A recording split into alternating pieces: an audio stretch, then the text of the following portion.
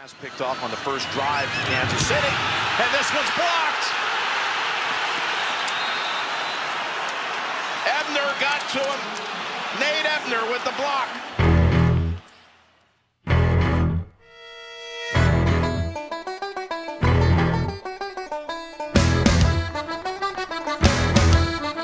Alrighty, folks, welcome back to another episode over here at the iconic Live in 5 podcast, brought to you by Butter Golf and Mini Movers. Mini Movers is the official moving company of Live in 5. Folks, we are looking at the captain right across from your goddamn chin. If you're watching on YouTube right now, that is Gage Ausmus, the CEO, the co-host of Live in 5, and your official mover of Mini Movers. Yes, folks, he is always boots on the ground, moving stuff for the company, managing it, setting the books, doing everything he can in his power to take that company to the moon, but most importantly, serve the community of the greater Minneapolis area, the greater North Dakota area, and anywhere in between. If you need a move, say from Minnesota down to Florida, or Florida back to Minneapolis, or the greater Grand Forks, North Dakota area, he will get that done for you. Please give those boys a call. Azo, I wanted to ask you something on the Mini Movers front. Do you have a franchise yet on the good side of the river over in Wisconsin? Are you looking at maybe dipping your toes into Hudson, or is that something you cover already? That is something we cover already. So, but yeah, I've thought about it because they have way better business laws there, less taxes in Wisconsin. It's a great state over there, actually. I've thought about putting a hub, like our main office, just right over the river. We still cover the Twin Cities, but we're in Wisconsin, save a little on taxes. Thought about it a little bit. Just too much windshield time, I think, if we were to do that. But yeah, I mean, we're certainly looking to get into Wisconsin. We love that state, and there's plenty of people moving, and we love doing those moves. There's a lot of lakes, obviously, so we move people over there all the time still. But yeah, that's it's a great state over to the east of Minnesota. It is a nice red state, mind you, the Blue Hair Brigade kind of in the greater Madison area as well as Milwaukee. Nothing against those people, but the good northern half of Wisconsin, there's a lot of beauties there, Azo. And, if you're in that area, just say maybe on the other side of the river, over on the other side, the east side of the Quah, in Hudson, some of those other places like Chippewa Falls. I'm sure the boys at Mini Movers could get it done for you as well. So give the fellas at Mini Movers a sniff. Follow them on Instagram, on Twitter, at the Mini Movers. You can go check them out, get a free quote today. Talk to the captain, send him a DM, as I always say. Folks, we're brought to you by Butter Golf. Butter Golf is the official lifestyle and apparel brand over here at Live in 5. Right now, I'm rocking a Forks pink hat. We're going to be dropping these sometime in the next, I would say, 4 or 5 weeks once the swing of things those up are at nice. Nodak gets going. Yeah, for the ladies, right? Yeah. I mean, Thursday night is dedicated to the ladies, as we know, but every day should be ladies' night. So these are nice. And even, it doesn't look too bad on a dude. I don't know where that saying came from. I don't know if it was an Abercrombie and Fitch kind of slogan back in the day, Oz, where they say real men wear pink. I don't know if I agree with that, but for good causes like breast cancer awareness and just, for sure, something to maybe you want to wear with your mom or gift your mom or your sister. These things are pretty juicy. So they'll be on sale, I believe, on butter.golf and maybe at the Sioux Shop probably in the next month or so, I would say, kind of in and around when the boys up there get going with hockey season. So ladies and gentlemen, be on the look for these because they are going to go quick. Azo, before we get to our interview today with Nate Ebner, 3-time Super Bowl champion from the New England Patriots. He played alongside TB12, Randy Moss, Julian Edelman, as well as Rob Gronkowski, Bob Kraft, obviously, and Billy Bellicheck. He was a 9 or 10-year New England Patriot, just an absolute nail gun, played safety, played on special teams, made it the hard way. He's a rugby guy at heart. He didn't actually start playing football until his sophomore year at Ohio State when he walked onto the football team and basically got taught how to play safety and special teams as a kamikaze coming down the field and just blowing guys up and made it to the National Football League. Bill Belichick at one point told him or called him the I think, most improved player to ever come out of, say Mhm. college to the From NFL. college, yeah. You know what I mean? Like, he didn't really know how to play football and kind of learn on the fly from his junior year to basically the National Football League, where he got drafted 6th round, made the team, and then the rest was history. And I think he was just kind of like a Swiss Army knife guy for the Pats. And I was looking on his Instagram, and the folks will get a better feel for what Ebbs is all about. He's a fucking just savage, but He's exactly who you think would be a guy who didn't really play football growing up and then played for the Patriots in the Patriot way. It's literally that to a T. Like, whatever you think that is, that's exactly who he is. yeah, it was just crazy to listen to his stories. I mean, he grew up in a junkyard fighting. He would sneak out at night, go to the junkyard late at night, what his dad owned, and they would just basically pick fights with robbers. And that's kind of how he grew up outside of Columbus, Ohio. And like you said, Ozzo, just listening to him talk about the NFL and playing rugby, playing in the Olympics, World Championships, talking about how guys think they're tired when they're really not. And yeah, he just embodies everything, what it means to be a nail gun. And it was a cool chat with him because, again, going back to what I was looking on his page on Instagram, it seemed like he's really tied in with the Patriots. Like, he's got pictures with Rob Kraft, he's got pictures with Edelman, and those guys seem to really love this guy. And that was the vibe I got from him. Like, holy fuck, so this is a foxhole guy. He is. He was a big part of those teams too. I mean, people forget about special teams, I think, a little bit. He played defense too, but special teams is a big part of football that your average casual fan wouldn't realize. But he was in the locker room with those guys, and he was on the field with them. Second team All Pro too in 2015. Yeah, like he's the real he's a deal. good player. Oh yeah. So yeah, that was a cool chat with him, and I think the folks will really like that, especially going into week 1 for our NFL week 1 edition. We had Nate Ebner on, so be sure to stick around for that, as this is episode 54 of Live in 5. Also, as we always do, we plug our YouTube page. If you want to watch this, please go subscribe to our YouTube. Go like that, subscribe. Doesn't cost you anything.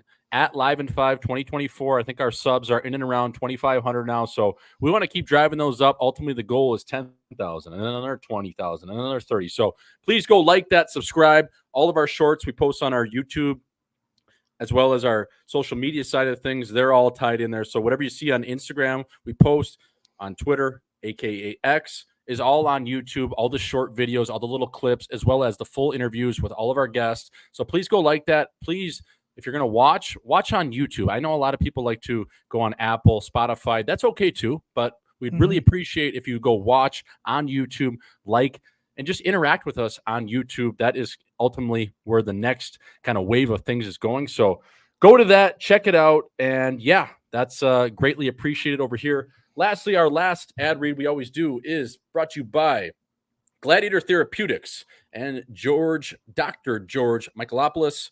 That is, are you tired with dealing with chronic aches and pains or neurological conditions? Gladiator Therapeutics offers a revolutionary solution using quantum physics to improve your health. Our devices use patented technology to emit far infrared light, stimulating cellular processes without heat. This can reduce inflammation, speed up healing, and enhance mobility. Clinical trials show impressive results, including a 400% increase in survivability in stem cells, accelerated wound healing up to 68% faster, and significant improvement in Parkinson's disease models. Wearable 24/7 without power, our devices can be a game changer. Visit www.gladiatortherapeutics.com/contact-DRGM to learn more and start your journey to better health today. Ozzo, before we get to our interview, like we kind of teed up there, well, first of all, before we get to the weekend recap and a couple different things, on a less serious note, Gatorade in a can, fella, is still undefeated. One night I was sitting on the couch all time, and I was just thinking, you know what's fucking an unbelievable drink is Gatorade in a can, and I think it is undefeated. I got the red, orange, and lime, and I don't know what's best. I think obviously the 3-hole is clear cut with the red, the fruit punch, but still pretty good. There was a place in Tucson called Illegal Pete's, actually a sneaky little honey hole, but a taco place right on the main trim drive of the University of Arizona. And we used to go there after practice, and they had Gatorade in a can. And I, at that point, probably hadn't had a Gatorade in a can in, I don't know, 5-10 years. I'm like, where did they get these things? So that got my head spinning, just sitting bored one night a couple weeks back. I'm like, fuck, Gatorade in the can. And it always kind of pops up into my head over the last few years. And I finally pulled the trigger. I went onto Amazon and I ordered some. And bro, there's nothing like it. It's so good. It's better than a beer in a can.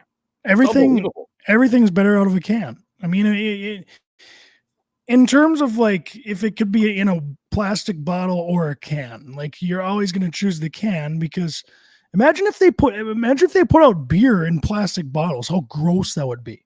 It'd be terrible. It'd be disgusting. And imagine if Gatorade had like a bottled Gatorade, how good that would be. Oh my God. Oh, popping out the carburetor, a little carbonation in it. Oh my God. That would be unbelievable. We're onto something here. We might be. So folks, Gatorade in a can, they still do offer it over on Amazon. Ozzo, before we get to the weekend recap, we just wanted to touch on it a little bit in the news over this past weekend that affected all of the hockey community and all of sports, really. Just a tragedy, not even just in hockey, but in life, man. And you kind of go back to it and you just think about it. And we got the news on Thursday night, and I actually woke up to a text from you, and it was on Friday before we interviewed Ebbs, and it was gut-wrenching, man. It was, it came out of the Philadelphia, the New Jersey area over there, and of Johnny Gaudreau and Matty Gaudreau, getting hit by a drunk driver that night on Thursday in and around 8:30 p.m. And I had actually went to bed pretty early that night, and I think around, 10:30 is kind of when the news started to trickle out through the hockey community. People started, getting wind of it. There were some tweets about it, just kind of spreading like wildfire, and everyone didn't think or didn't want to believe it was true that they were killed on the spot by a drunk driver. And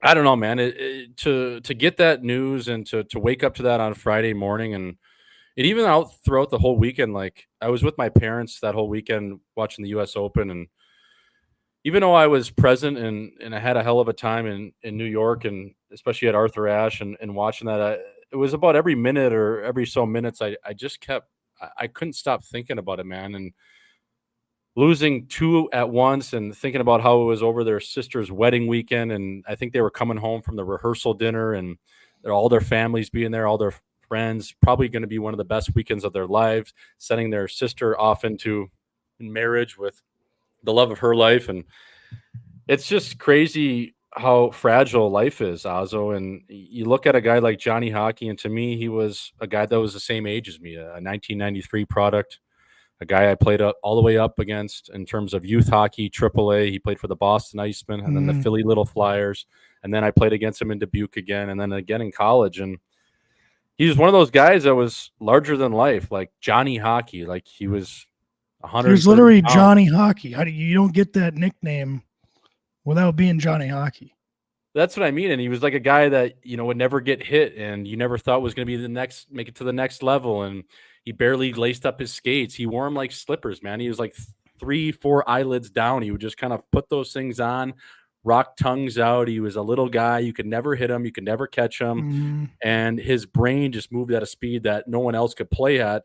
And every level he went up, it just seemed like he got better. And he was like this larger than life character. And people that spoke about his brother, especially dating back to his days in Omaha, where I played against him in the USHL for a year, he was just a humble, genuine dude that was honestly kind of looked at as Johnny's bigger brother, even though he was younger. He was maybe the more mature one. He was kind of the guy that always offered guidance and direction to what Johnny wanted to do. And I don't know, Ozzo, I know I'm rambling a little bit, but I just wanted you to touch on this, because this one, for whatever reason, just is really fucked up, and it just brings a tear to my chin. And all day, like that Friday, even Saturday, like I just had this weird knot in my stomach, and I just kept going back to it. It's like, how am I never going to see Johnny Hockey dance on the sheet again? And what is their family going through, more importantly, right now? Because losing both of your sons, looking at their parents, and even as two of their brothers to a sister, like and they were both husbands, and they had, Johnny had 2 kids and Matty had 1 on the way. It's just like, this life doesn't even seem real at times, Ozzo. No, yeah, I mean, this obviously that news, like, Jordo, I'll say, I don't know if it's probably crazy, but like, you read stories on how close those two were, and it almost makes me happy that they're together, and not just one of them, I guess. But yeah, I mean, the whole story with the family and the timing of it, there's never a good time for it, but you probably couldn't have asked for a worse time. But Johnny, like, I never watched Matty play much. I don't know much about him, but what I do know about Johnny was, like, he was a magician out there. Like, he was the most exciting, dangerous player I'd ever watched play, especially in college. Like, there's obviously been some unbelievable college players, but this guy in college, it was like he's going to win the game for that team. It's just automatic. And I don't know. Yeah, you like you mentioned, he's bigger than life and larger than life, and he was. He seemed like he was a guy. Whenever I saw him, I played against him, I think maybe once, but whenever I saw him playing, he just seemed like a superhero out there. Like, he wasn't real. And it's just crazy to think that, he was. I never even looked at him as human. Like, he was unbelievable. It was crazy. Yeah. And then to think that, he's just one of us humans that, life ended, and it just still hasn't sunk in for me yet. It sucks because, he's a USA hockey player and one of the best to ever do it. And to lose him and his brother just like that, the way they went out and their age, like, it just doesn't make sense. And I hate to say it, but it makes you wonder, like, I'm a Catholic, but I'm like, is God real? Like, would he do something like this? Like, you wouldn't think so, like, what the yeah, and just like just how effortless he was on the ice, and the grace and the creativity he played with. I mean, he was like Picasso, man, with he was. a hockey stick out there. And for the folks that never really got to watch him play, or didn't see it as personal and on the ice as we did, I mean, dude, he was one of my favorite players, man. He really not was. to even Jordo, not to even mention on the ice, but I've never heard a bad thing from any guy who's ever played with him. They've all said he's like the biggest legend they've ever met. This guy was loved by everyone. Yeah, I mean, he was a guy that they called him Johnny Ham and Cheese, because he would just eat a ham and cheese sandwich. He would eat a plate of pasta with, maybe some ranch on the side, and just go out and play and put up 3-1. Like, the guy was a specimen, and he would, drink a couple. There was a picture I saw online. I don't know what former player put it out. I don't know if it was Erica Branson that played with him in Columbus as well as Calgary. Or it was one of those guys that put out a picture of him. It was just like Johnny sitting at a pregame meal with just a plate of pasta stacked up to the ceiling and 2 Pepsis. And, that night he had probably 2-1. And easily. Just going back to even as him at BC, Ozzo, that clip that John Butchergrass, our boy, put out of him dancing that guy at Ferris State to ice the game. Mm-hmm. I mean, me and my dad watched that clip like 3 or 4 times. I just kept showing it to my dad. Like, I would swipe, because it was like the clip, and then there was like a quote from whoever it was, and I just kept swiping right and just reloading the clip and refreshing it, just showing him, like, do you remember how sick this guy was? Because, my dad was there for all those tournaments growing up and watching Johnny and knowing the legend. So scary out there. If he wasn't on your team, like, this guy's going to bury us. It was crazy. And the first time I had tweeted out, the first time I ever saw him play was for the Boston Icemen. I think we were either Pee Wee minors or Pee Wee majors. I think 10, 11 years old, whatever it was. And we were playing in a showcase tournament up in Toronto. It was a AAA tournament for all the best teams at the 93 age. And we had the Bauer Selects team, a pretty big wagon of a team at the time, with guys like Stefan Nosen. We had Vince Trocheck, JT Miller. Actually, Riley Barber played up in an age group. Myself, Robbie Russo, Alex Broadhurst. Like, we had a really good team. And Johnny was on a team out of Boston, the Boston Icemen, and we played him the first game of the tournament at the Ronald McDonald tournament up at Chesswood and Westwood Arena in Toronto, just some local rinks kind of in and around the GTA. And we beat them 7-6 in that game. And Johnny had 1-5 or 5-1, sorry, in that game. He had 5 tucks, 1 apple, and a 7-6 losing effort. I remember thinking, like, that was the first time I ever saw Johnny Puck. And I was like, who the fuck is this guy, man? And he literally at the time was probably 3'6", 3'8". 40 pounds. I don't know what he was because we had guys on our team at that time that had hit puberty and were almost 6 feet tall or 6'2". And here's this little guy out there with his slippers on. And why is he our age? He looks like he's like, 4 years younger. Does he even know how to like speak yet? And sure as shit, you know what? We underestimate him like everyone always did. And he ended up almost winning that game single-handedly. Like he was scoring every which way, Ozzo, like behind the net, breakaway goals, shots off the rush, give and goes. Like he was just, it's like, who the fuck is this guy? Shot from the corner, like picking corner. Yeah, he I don't know. And he had it always seemed like he had so much fun with it too, right? Like he was just out there having a good time. Like hockey just looks so fun. So I don't know, man. I mean, I'm still at a loss for words. It's still when I think about him and I think about his brother, and then I think about their wives and their kids and their, Matty's future kid.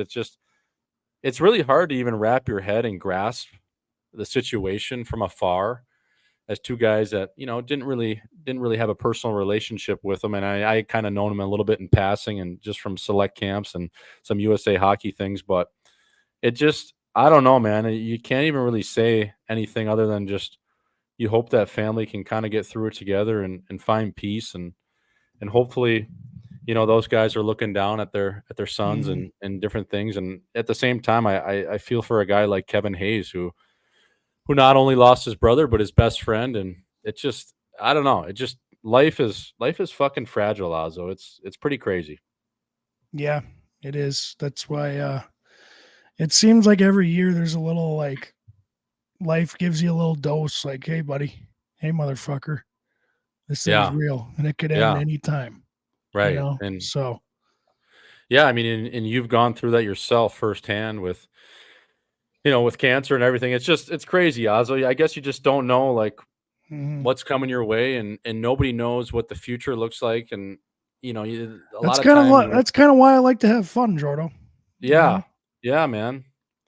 And Ozzo, it's just crazy how you just never know. And no matter how big you are, how big you get, or whatever you got going on in your life, it doesn't matter. It really doesn't because you don't control it. And as big as you think you are, or you have all these plans and hopes and dreams, or maybe on the other side and you're very sad and upset or depressed, and you think life is really hard at the time, man, you don't know what's coming your way. And it goes back to what you just said, is that's why you kind of just like to have fun, because every day is a gift, and every day that you have all your limbs, man, it is.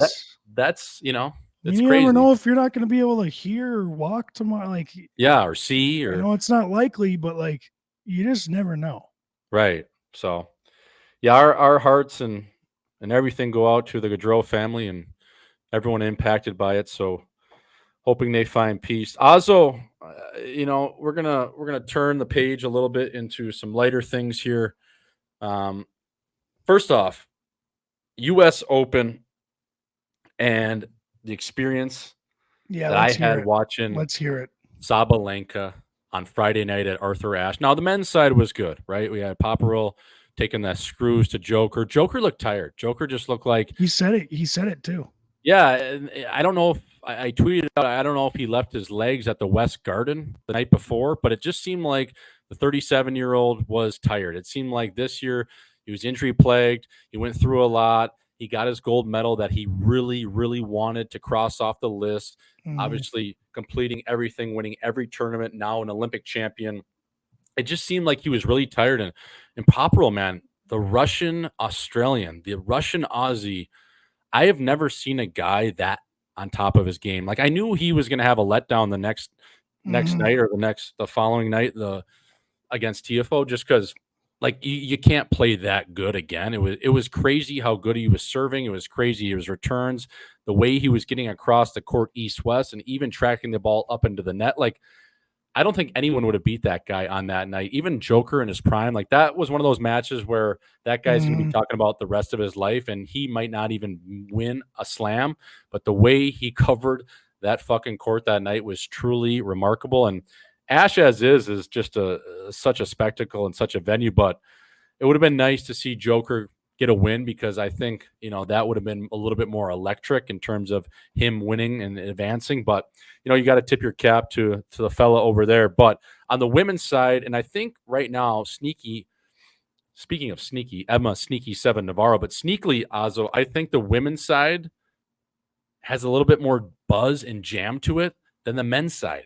I've been having way more fun watching girls like Sabalenka play, even Pegula, who is the daughter of the Pegula family who owns the Sabres up there in the Rust Belt on the chin of Chippewa. Then you have Emma Sneaky 7 Navarro, the New York City native, Coco 5 Goff. A lot of these girls just have this jam, this spice.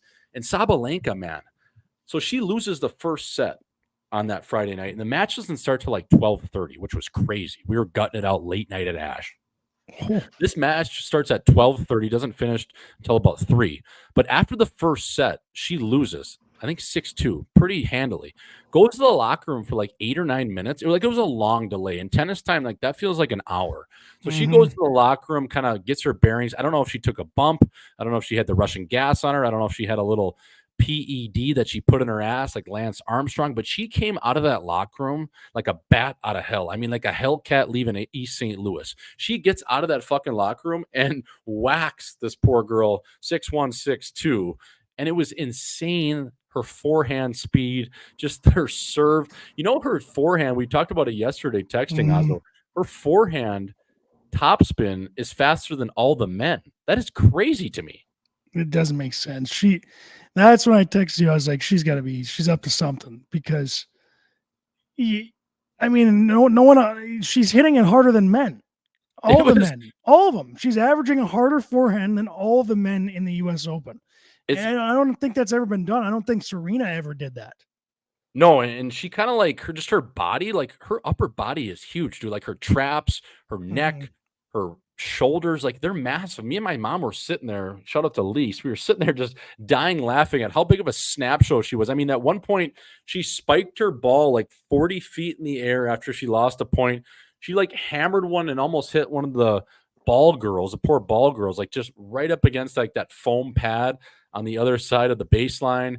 She told her coach to fuck off. She said fuck like at volume 200 for the entire stadium to hear. Like she was on one, man. She was giving it to the line officials. She was giving it to the judge. So does she get a penalty for that or anything, Gaudreau? Or is that, dude, I think that flies at the U.S. Open? Because I think you do that at Wimbledon, they're getting pissed. Yeah, they should have given her something, but they didn't. I think they're generally, everyone's scared of her, man. She's crazy. Yeah. I mean, this girl's a complete whack job. Like she walked towards her kind of her side in her section with her coach, and her coach said something to her, and she like gave him like this, like, this roundabout with her finger, and like walked away, and then said like fuck you to him, and then came back and started just pissing on balls. She's like one of those players that she doesn't have great feet, but if she's able to set her base and deliver that forehand, like no girl is going to be able to return that. Yeah. So now on this matchup on ladies' night tomorrow night, featuring Emma Sneaky 7 Navarro, Sneaky 7 is all time. Like I just worry, like if Sneaky beats Ferdalenka, as I'm calling her, Sabalenka, if she beats her, like does Sabalenka like just beat the shit out of her in the locker room? Like she's crazy, man. You got to think there's a little bit of, she's got to be using a little bit of intimidation tactics in the locker room before those matches. Like if she's that nails compared to the other girls, she's got to be, they're always looking, every athlete's looking for an edge. She's got to be looking for something. She's like that. Yeah. She's like that girl from Wedding Crashers. Jeremy, I will find you, like you got to be a little worried about her because I don't know, the intimidation factor, the Belarusian component, just the certified nail gun she has. I mean, she's one of those girls, Azo, like, if you're in a relationship with her, she's tying you up to the bed like Todd and Wedding Crashers and just taking the fucking screws to you. She might be on top of you, riding you, and just hit you with a sucker bomb and knock you out and expect you to keep going. Like imagine that girl in the sack. Not that we're trying to get little, too fratty over here, but that would be insane. She's got to be completely fucked. Oh, yeah. Russian too. Oh my God. Yeah. I just like feel for, Navarro. Like Navarro is going to have to hit a lot of shots, spin shots, cut shots at the net, make work the court. Yeah, the make court. Sabalenka move her boots because Sabalenka, the way she positions herself, she has a really wide base, and I think she gets too wide at times. You know how, like in hockey, Mm-hmm. they would always teach you as a defenseman, don't get too wide. Don't get too wide, out of your base. Like keep your skis under your shoulders. Yeah, Because you because get too wide. you got more Yeah, so you can range. kind of shuffle. Yeah. She seems like she gets really wide, like a tripod a little bit. So Mm. that's going to be a hell of a showdown. You got Navarro, just a good American girl that her dad's a billionaire. Same with Pagula. We got about $2 billion worth of dough in the stands. Really? I didn't know Sneaky's dad was a billionaire. Oh, yeah. Billionaire. Sneaky's dad's a billionaire. Oh, yeah. Yep. Good for him. So we got two daughters of two billionaires still in it, and we got a complete Belarusian whack job. So I don't know. Like, I love Sneaky Seven and I love Sabalenka. I just think I have to root for the American there, Azo. I really do. You have to. For the U.S. Open, too. Like, I'm pulling for TFO and our boy Taylor Fritz. Is Fritzy the guy again, Jordo, who's dating that? The puck bunny? Yeah, the Instagram girl. Yeah, the old That's sloppy funny. seconds. Yeah. Yeah, I was getting her way around the old New York Islanders. She's got to be loving this, eh? Is she still with him? I don't know. I mean, if TFO beats him somehow in a couple of days, who knows? She might be leaving him. Who knows? might be going for Francis. Yeah, who knows? I mean, I think Joker could probably make a call and leave his wife, and she'd be sending her shit right to Serbia, right to the chin of his penthouse, wherever that is. So who knows? I think she's always looking to level up, right? Yeah. I mean, every girl, it's a tale as old as time. Every girl's got to do until there's a better option, right? Oh, for sure. I mean, yeah. Dog eat dog world out there. It is, yeah, and especially in the clout TikTok era, that's what it is. So, Azo, I wanted to ask you. We talked a little bit before, and before we get into NFL Week 1 is here, I just wanted to ask you, what did you get up to on the Labor Day weekend as a guy that does manual labor, as a guy that uses his paws a lot? I mean, you're on the books, you're overseeing the business, but you are still a guy that has that blue-collar mentality. When a Yamaha piano needs to be picked up and shuffled, well, a lot of the times you're on the job. So as a guy that spends a lot of time in labor, over Labor Day, what'd you get up to? Were you at the cabin? Were you in the greater Minneapolis area? I just wanted to check in on that, my friend. Well, I had big plans to go archery hunting with my dad in North Dakota. He's got some trail cams set out in Macville, near western or mid North Dakota. I don't want to give away our spot, sorry. And he's got some bucks out there, so I was pumped to go archery hunting up in Grand Forks. And I actually, Jordo, I came down with something. It hit me on Wednesday. I was feeling great, and then all of a sudden, 5 p.m. Wednesday, I'm like yawning. And I'm like, why am I tired? What the hell's going on? I wake up Thursday. I don't feel that great. I got some brain fog. And next thing I know, I got the chills. I'm like, and you're like kind of, you're cold, but you're sweating. And you got a sore throat and a headache. I had body aches. So I was dealing with that Saturday and Sunday. And I can always track back. Like whenever I get sick, and it's karma for me getting sick, because I actually kind of make fun of people who get sick all the time. Because I'm like, I mean, that you did that to yourself. And every time I get sick, I'm like, why did this happen?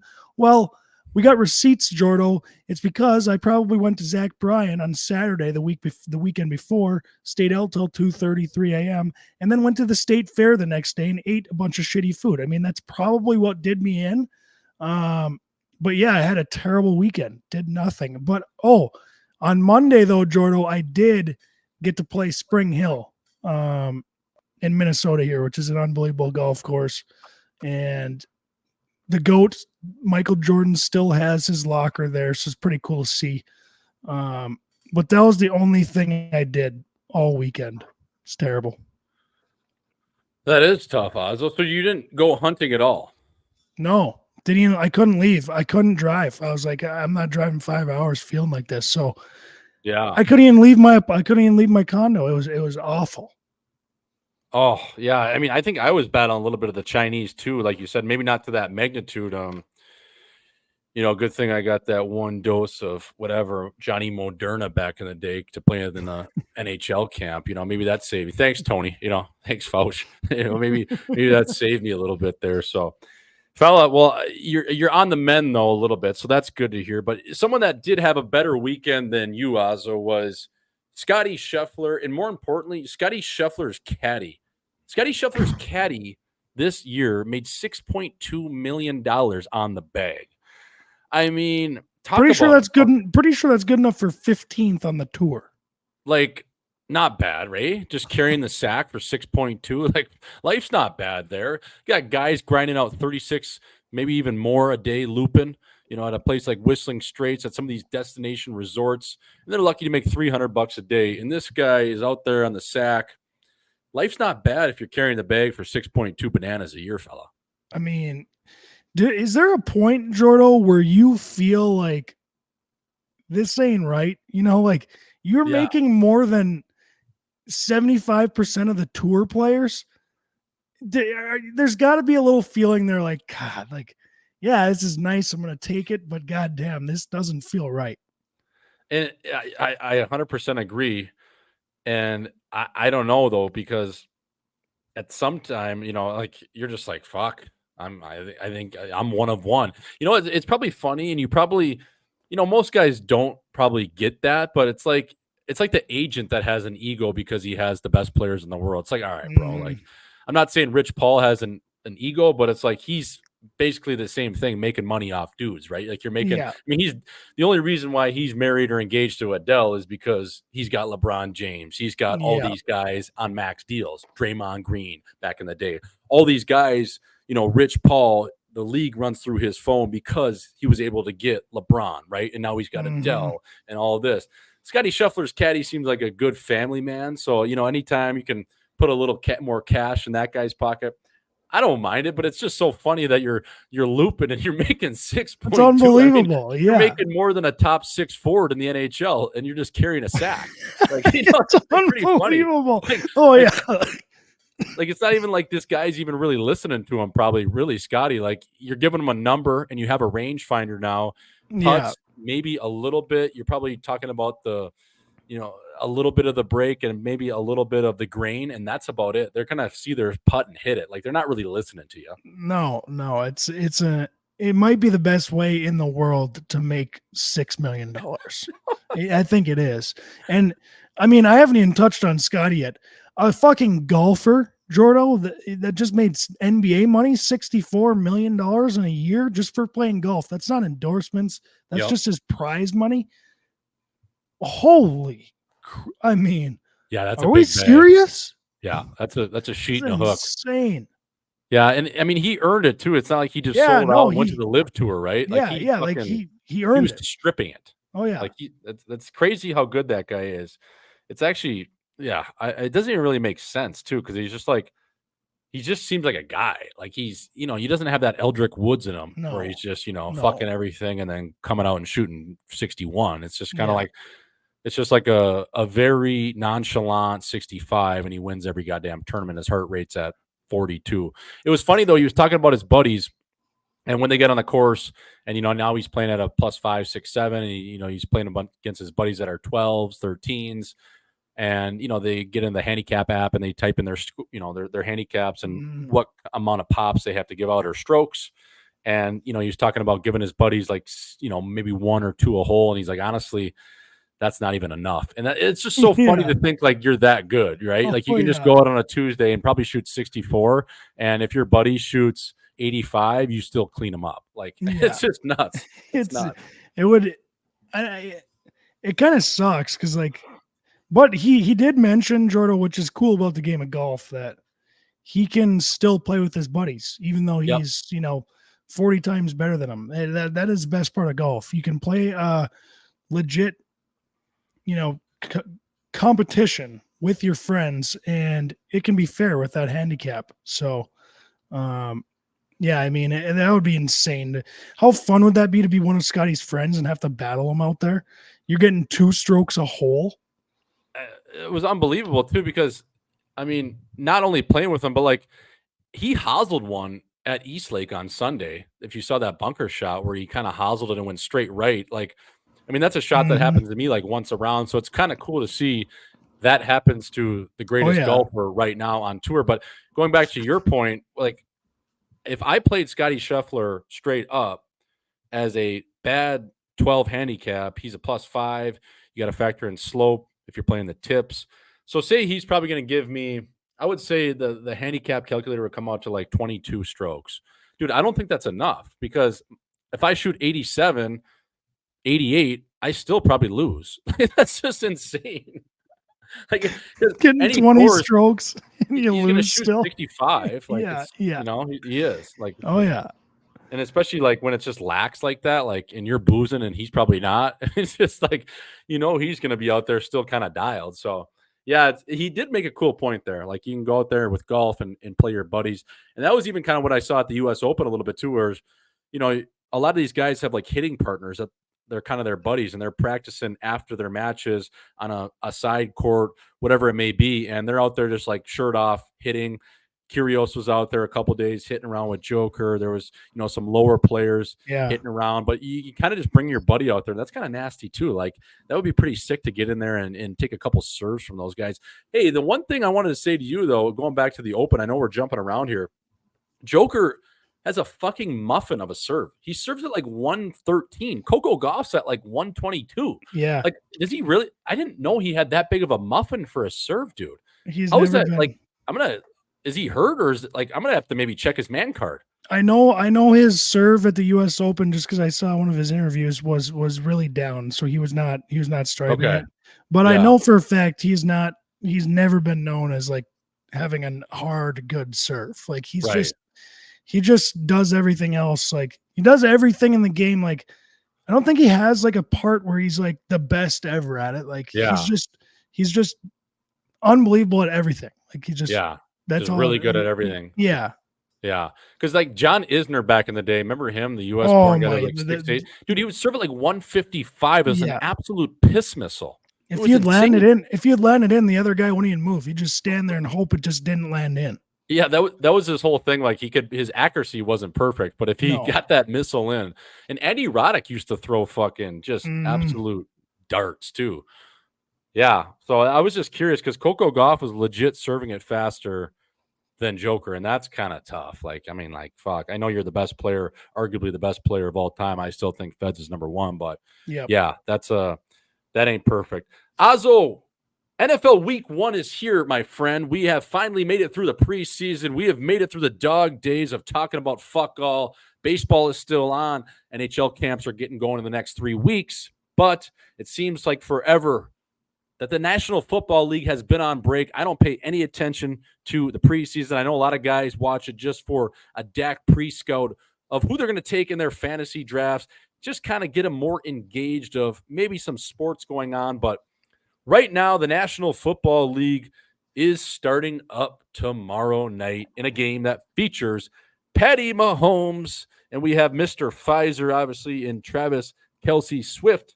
They're facing off against the Ravens. That game is -3. Ozzo over-under is 47 and a hook. That game going off the box, I believe, at Arrowhead Stadium. So fucking great start. Thursday night games, traditionally, they blow. But hopefully this one to kick off the season, to kick off the National Football season Week 1 is a doozy, my friend, because we got big trust. Lamar Jackson and Patty Mahomes facing off. I mean, you would be a true asshole to bet against the Chiefs -3. But if you're looking at this game, and if you're just looking at the NFL season, Ozzo, it's nice to have football back in the mix. Fall, everything about it. It's nice, fella, eh?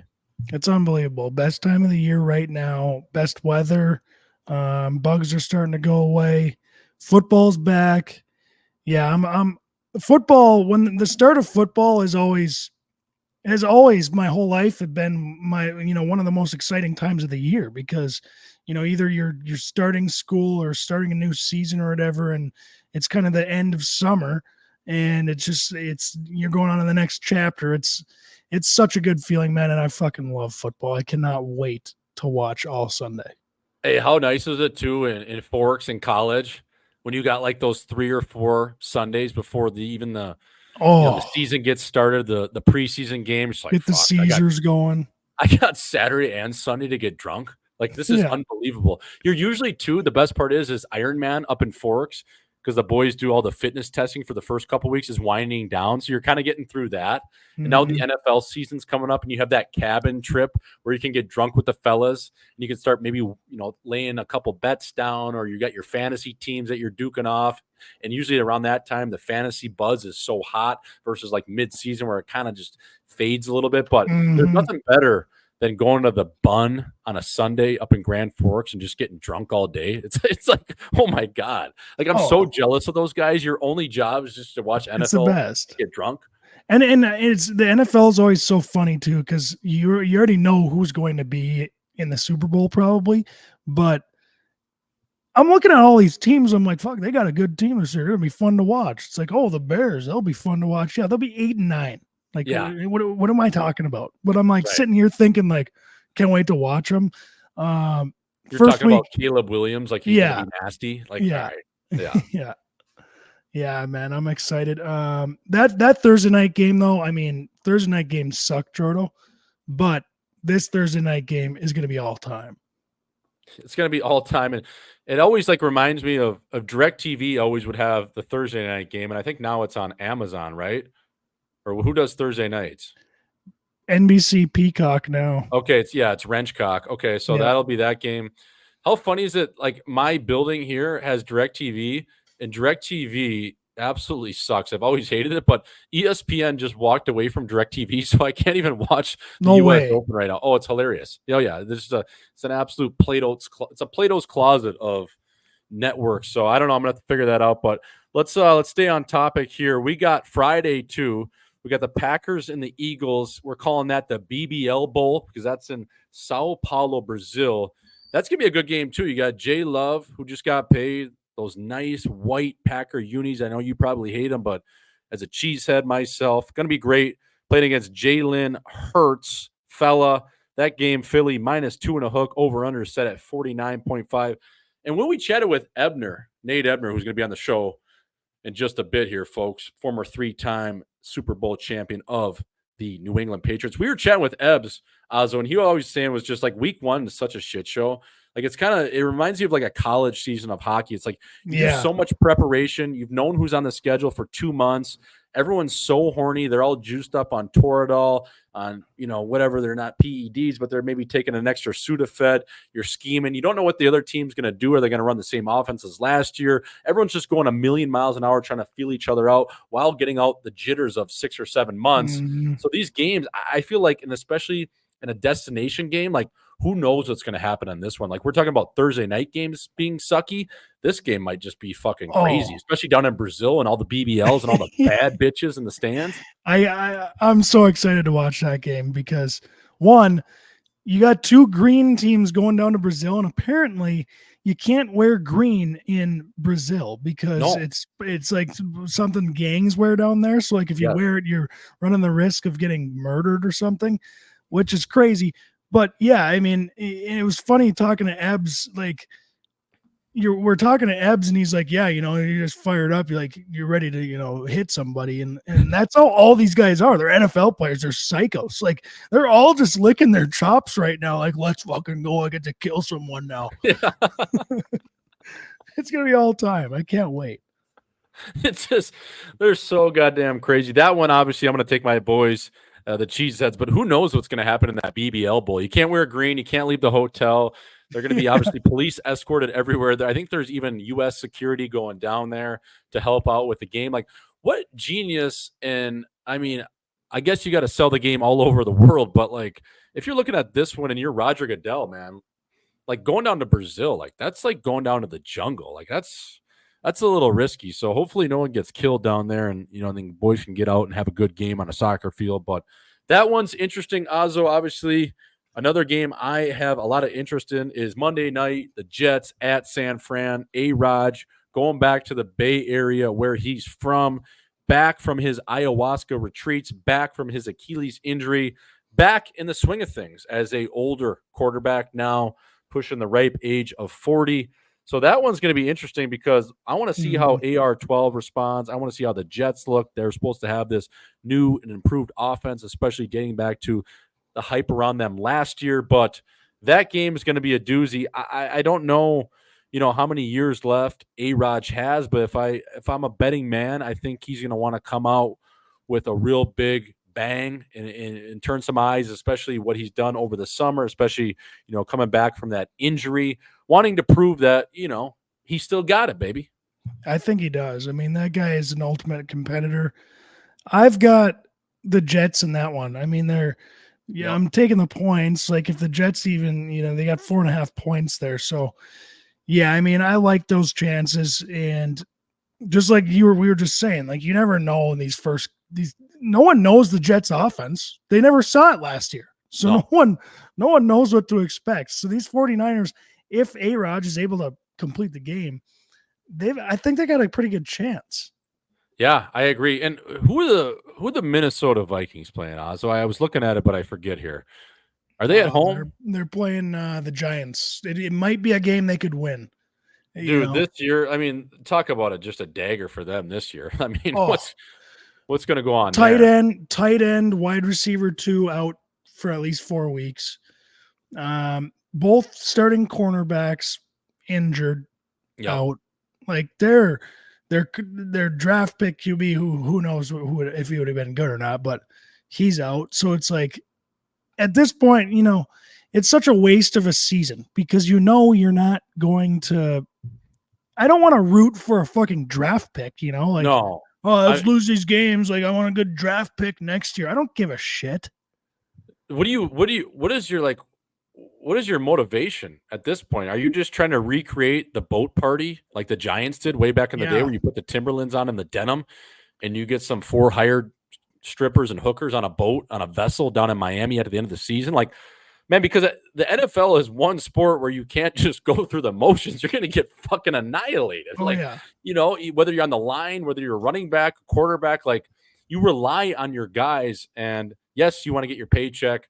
Yes, you want to be decent. But, I mean, that's got to be demoralizing going into a season, especially just starting off on that foot, right? It can't be perfect. And you never know what it looks like. But, like, when you think about an NFL team, it's basically – is your quarterback good or not? If he's not, you better have the best defense in the league and then a really good running back or whatever.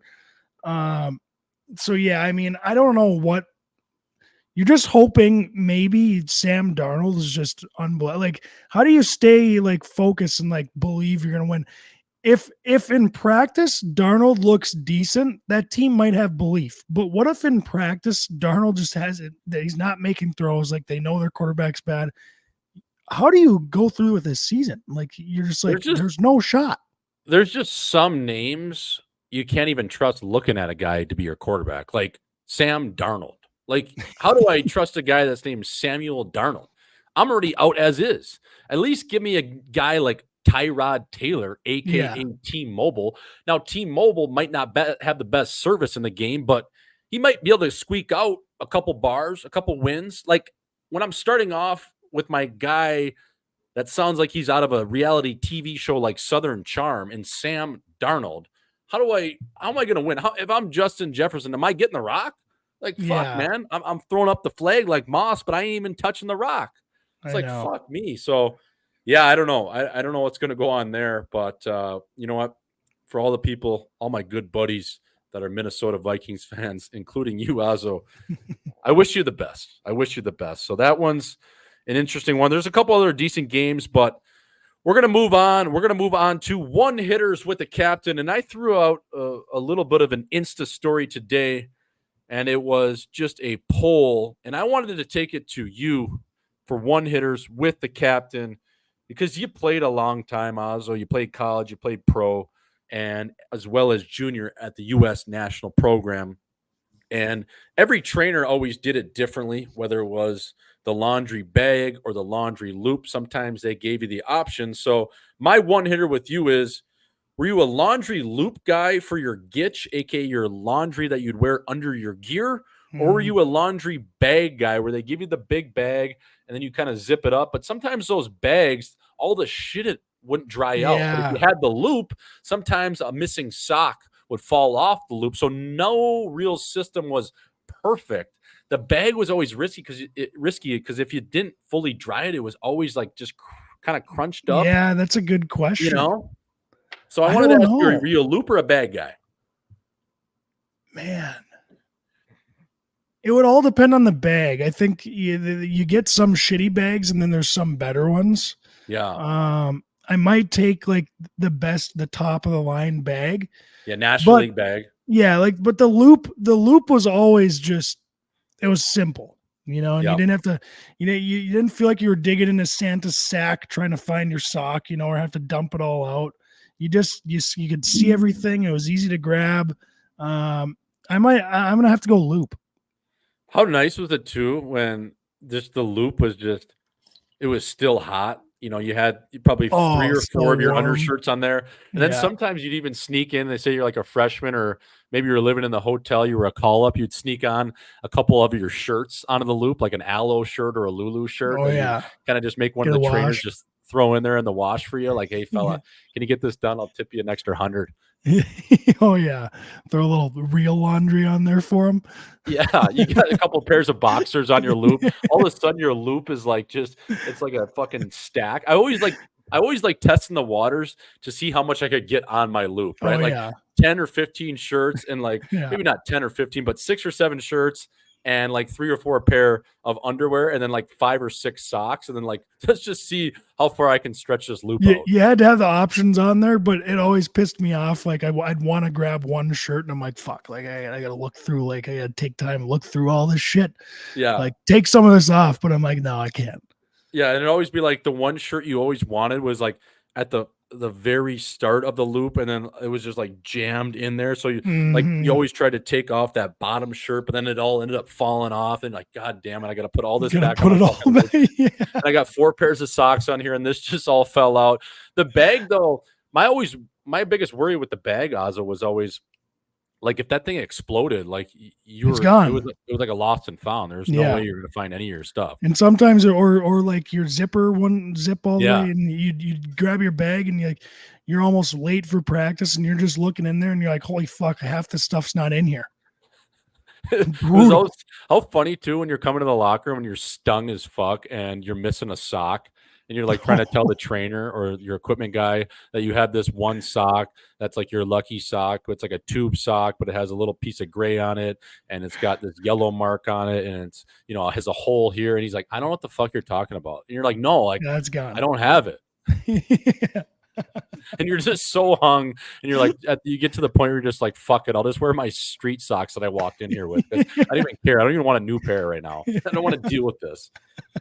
You're just licking your wounds. That was always so funny, man. Get your loop dialed in, for the year, and you always had the guys too that would come in the locker room, just cock out, just fluffed up, just making sure everyone's doing the helicopter a little bit. Yeah, dude, what are you doing? Fucking put your gitch on. Yeah, go to just do it with a dry stall. Why are you wrench out right now so everyone can see? Are you going full Diddy on me right now? What the fuck's going on? So. Yeah, those are always good, man. I was just curious. There was good responses today on that one. So moving right along, folks, to the People's Insider term of the week, and that is Ken Griffey Jr. So those folks that know who Ken Griffey Jr. was, obviously a pure lefty, Hall of Fame swing, Hall of Fame player, number 24 for the Seattle Mariners. And how does this relate to anything, and why am I calling them Pen? Well, a lot of these kids in the TikTok era, I call it, smoke a lot of dope out of what we call a pen.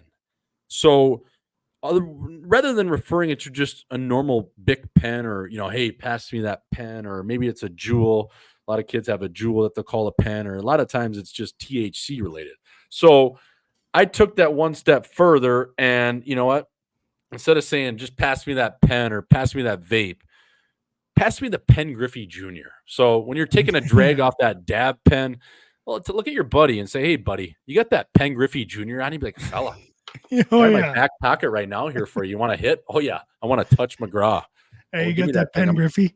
Yeah, I'm gonna take an absolute just drag off that Pen Griffey Jr. and I'm gonna get higher than the cost of living in LA. So, folks, that is the People's Insider term of the week. That is Pen Griffey, a tale as old as time.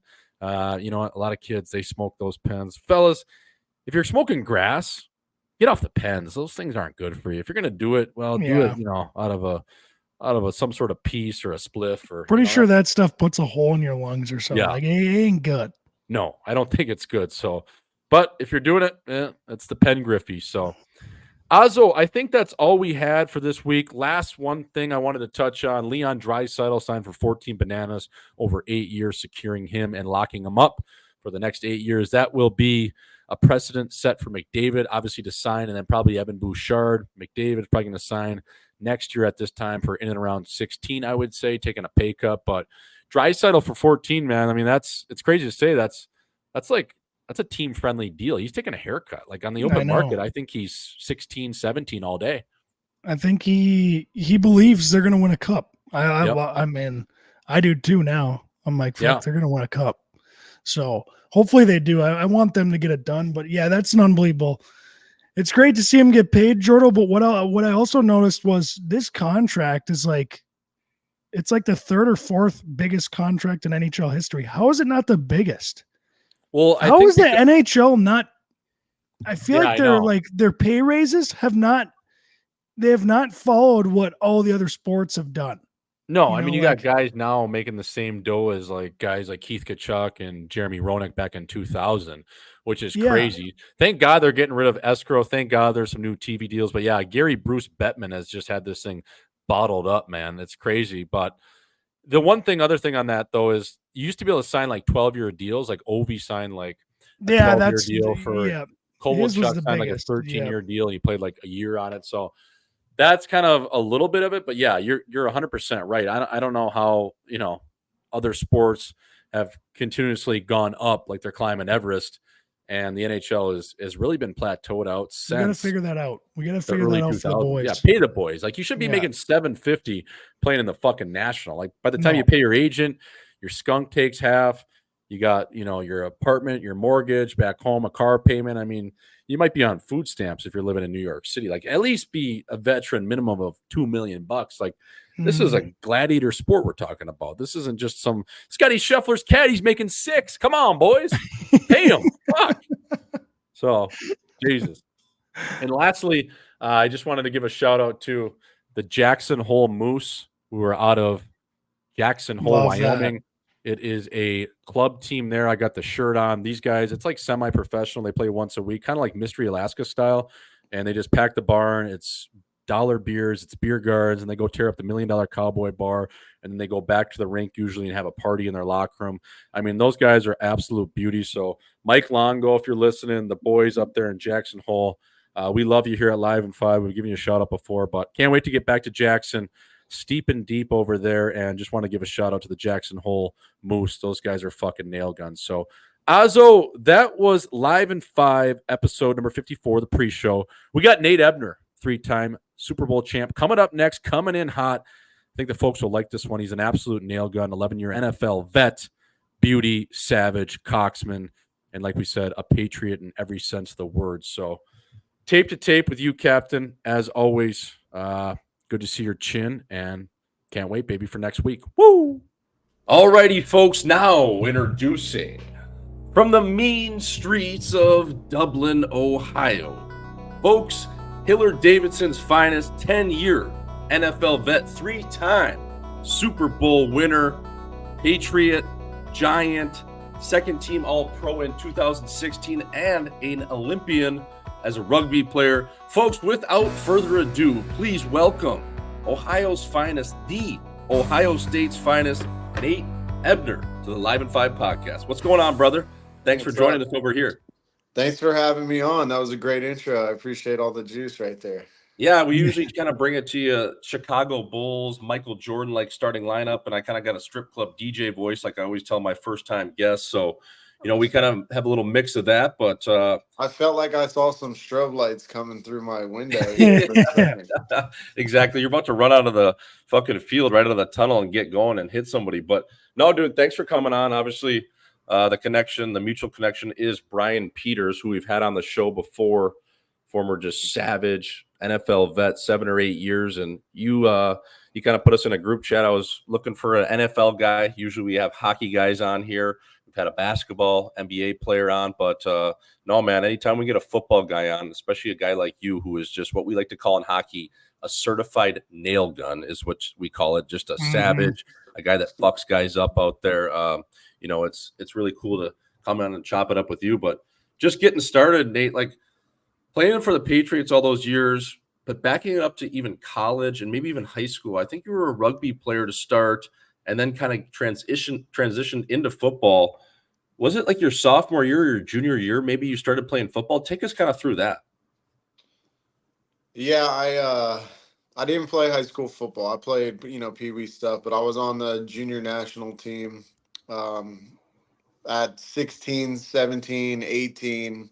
I represented the U.S. in the under 19 and under 20 junior World Cups and was traveling all over the world. Had a different kind of high school and first year of college where I was like gone for like months at a time and, come back to school is very different. Like I said, I was kind of all in on rugby, and anyone who grows up in Columbus, Ohio, for the most part, wants to go to Ohio State. I found my way there. Was kind of playing, I played that last junior World Cup my freshman year at Ohio State, and then I found myself kind of playing club rugby and no more, World Cups because the age grade stuff. So I had to play in the men's stuff, and I wasn't ready to like not go to school. So I wanted to stay in school. So kind of stuck playing club rugby, and I kind of wanted to play football my senior year in high school, and I chose not to because of the World Cups. And so I had this desire for football, and then here I am at Ohio State, all these these guys walking around, everybody's like treats them like gods, and it's you're a rugby player, you could never play football at Ohio State. And just the rugby I was in at the moment was kind of not so good. Club rugby, I was used to playing against the best players in the world, and then the guys I was playing with at the time were more worried about the after party than the game. So it was this perfect whirlwind of like, screw it, I'm gonna walk onto the football team at Ohio State. And that's actually the last conversation I had with my father. He was actually murdered the next day after we had that conversation. I told him I wanted to walk onto the football team.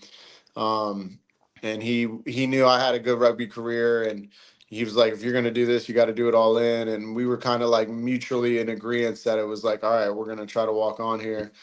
And then we have a family-owned junkyard back in Springfield, and obviously like a robbery gone bad the next day. So I kind of had to deal with that, but ended up, my mom kind of pulled me out of like a bad place and, told me I need to live a life he would be proud of, and I can't let his death like ruin my entire life. And I started to change my mindset to one of gratitude, where I was like very thankful for the father that I had, and the type of person that he was in my life, and I need to make him proud, and just flip the switch to a gratitude mindset and everything rather than feeling sorry for myself. And got on with it, and ended up walking onto the football team at Ohio State in my sophomore winter at Ohio State. So my first season was my junior year.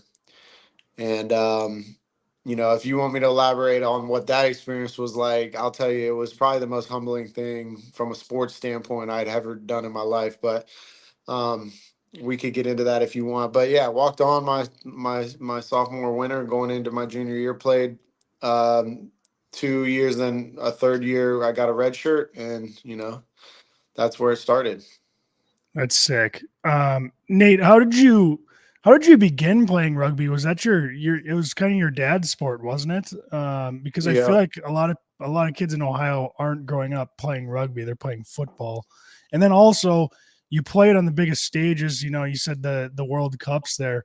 How does our US team stack up against some of those other teams like Australia and England? I know those guys are big into rugby as well.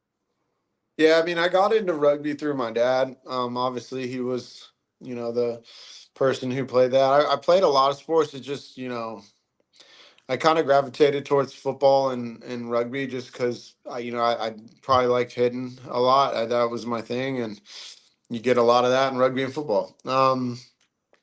But I think, I just gravitated towards that game because I learned it so young. So then as I got older, you turn out to be a pretty decent athlete. But shit, I've been playing this game since I was, 4 or 5 years old. Mhm. My IQ for the game was just so much higher than anyone in America, at least, Yeah. So, then you start to gravitate towards things you're good at, right? So that's kind of what happened with me in rugby.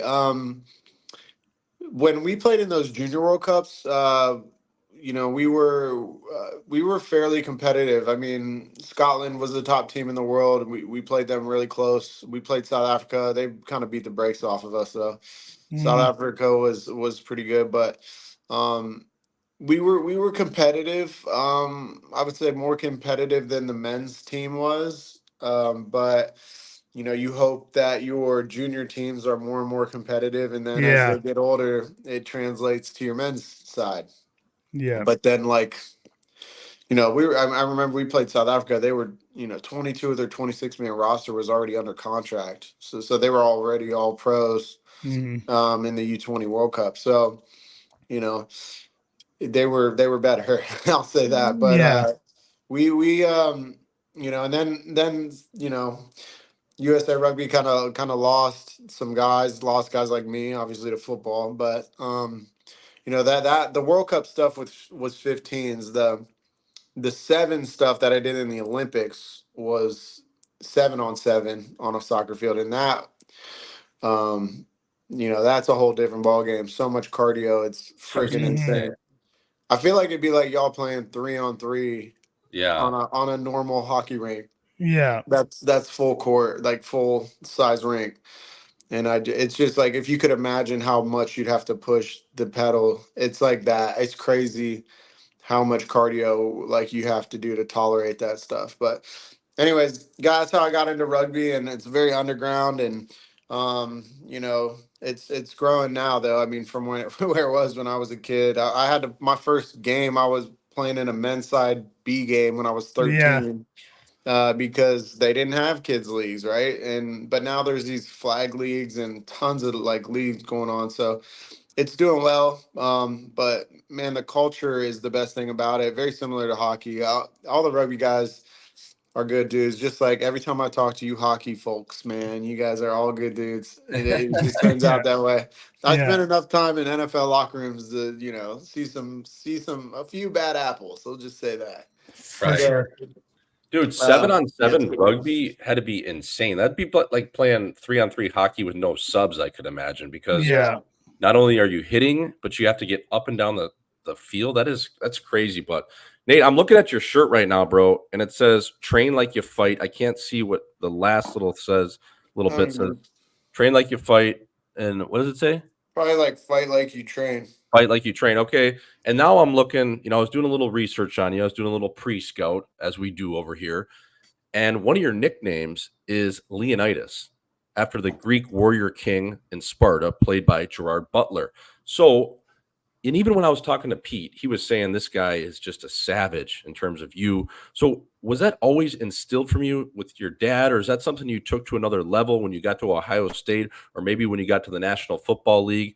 And what was your training regimen like? Like, what was the craziest thing you were doing in the off season?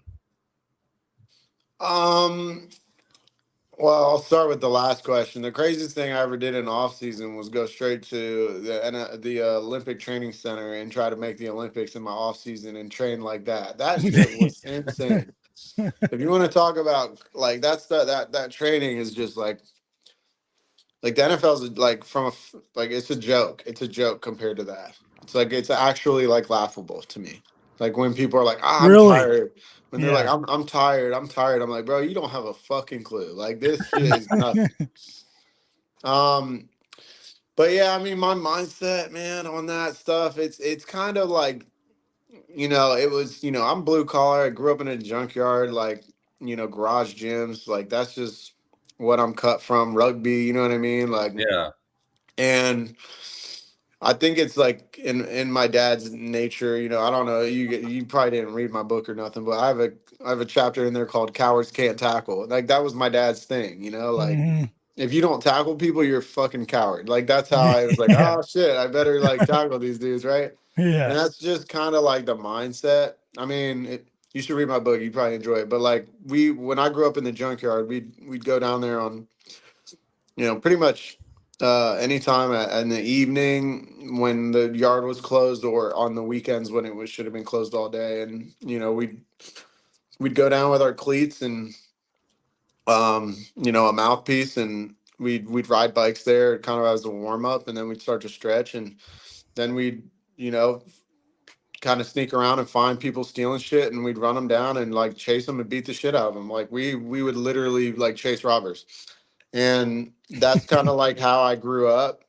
And I just think with all that upbringing, you know, like you just, you know, a little more calloused than I'd say most of the For kids sure. that went to like Hilliard Yeah. Davis in high school, right? So I just think from that mindset, I'm naturally that way. But then when you get into places like Ohio State, you know, that ethos is tested. That person who you think you are you a hard worker? Because you're gonna have to work hard every day.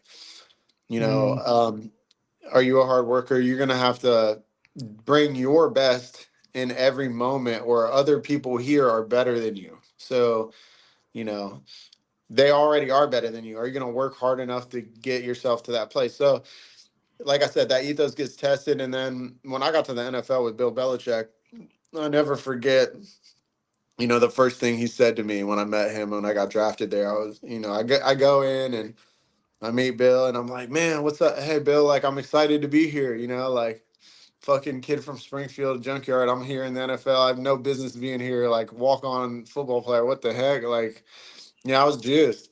And I got drafted. Like, what the heck? Yeah. So I'm excited to be here. And he's like, yeah, yeah. Well, he's like, you're ready to work though, right?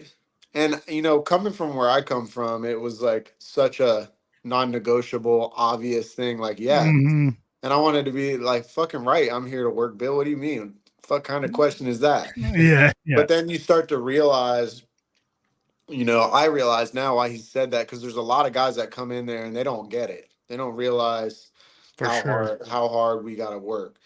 I don't think he realized who I was either, right? So it was kind of like this misunderstanding. But then when you get in there, I mean, Bill even took whatever it was at Ohio State to another level of, you know, work ethic, and, you know, really puts that ethos to the test again. And if that's really what you're about, you find out about it. So, you know, I would say it was kind of in me, but then it got amplified through Ohio State and even the NFL, especially as it just got more and more competitive. You know, I always felt like my edge on everyone else was my ability to grind, or to, you know, go through hard stuff physically, that I seem to be able to tolerate more than others. And I had to lean into that because there's a lot of really good athletes, right? So that was a strength of mine, was being able to just string days together of really difficult things. So yeah, I think it definitely grew throughout my career for sure, but it is kind of something that's innately there as well, right? For sure.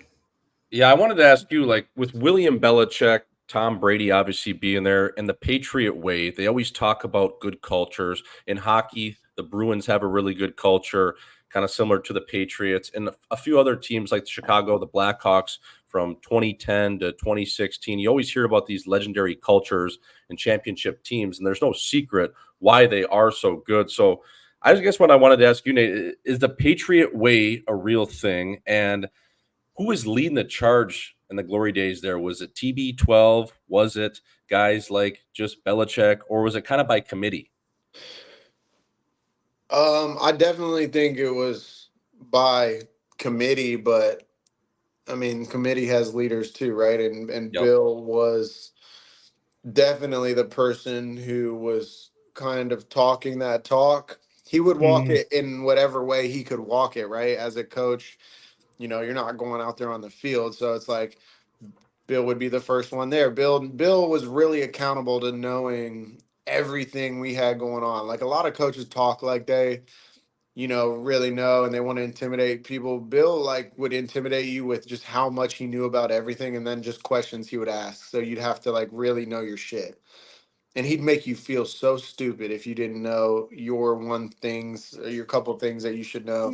I guess Mhm. it's a lot. It's more than a one or two things, but Yeah. um, but then your guy on the field that walks that out is Tom. Obviously, if there's one guy out there that has any right to be like, fuck it, I'm taking the day off, it's Tom Brady. But it never happened. I mean, the guy would throw passes every practice. He'd work extremely hard. I mean, his consistency, his consistency of the standard of his efforts every day, like his effort that he put towards every day and the standard he set for that, and how he was so consistent in every day putting that effort in. Um, he was super impressive. And then when you get there and you see, oh, fuck, that's Tom Brady doing that. Like I better get on my ass. Yeah. And then like that's kind of how I came in, and then down the road I become a veteran staple guy with the Patriots, and I'm sure I'm still thinking that like that's how we do things. And then these young guys come in and they see me, who's kind of a core guy that's been a part of the team for a long time, and they see how hard I work, and it's like I'm sure it's just like this trickle down effect, right? So Mhm. kind of to answer your questions backwards there, it's definitely by committee, but you obviously have these big, personality or whatever people that like when they walk that out, it's very easy for the rest of the people to fall in line. But the Patriot way is definitely a real thing. I mean, the thing about it, the Patriot way comes down to this to me. There's a sign on the door that had four things on it. And it's put the team first. It's first of all, it's do your job, right? You know Yeah. that. We all Oh know that yeah. when Patriots Yep. do your job. Um, put the team first, work hard and be attentive. And like Bill would tie everything to that during the day, right? So it's those four things that when you walk into the building, if you do your job and you put the team first and you work hard and you're attentive to everything going on, like we're gonna be good. And you get a Mhm. culture of guys that really buys into that. You got a bunch of hard workers, a bunch of selfless dudes that are about winning and not themselves. The guys that really want to listen to the details to make, those details in football are the difference makers, because football is just like such a friggin' chess game. And there's For so sure. much little stuff going on. So that attentiveness to what we're doing week in and week out really matters. And just like ultimately working hard and doing just what's asked of you, not anything more, not anything less, but just do what is asked of you. Do your job. That's it. And you get a group of guys that does that, buys into that, and you've got some leaders to walk that out. And it's really like expressed to you as a player, like this is all you have to do. Just do this and see how these guys are doing it. Like you'll be good. And like you really like believe it, and you're a part of something special. And when you're coming into something special, you want to be a part of that championship team. It's easy to kind of fall in line and do that stuff. So yeah, the Patriot way is very real, and definitely walked out by. It's got to be walked out by everyone for sure, but it helps when the OGs are really really about it. For sure. Nate, how hard was it to transition into football from being a rugby player? Now, they're fairly similar games a little bit, but was there a big learning curve there? Like, could you notice yourself just getting more apt to the game as you went on in your career? Yeah, that's a great question. I mean, you know, the transition from being like playing in the junior World Cups in rugby to going to Ohio State football, that was probably like I was said earlier, like the most humbling experience, Mhm. hardest probably thing that I had to figure out.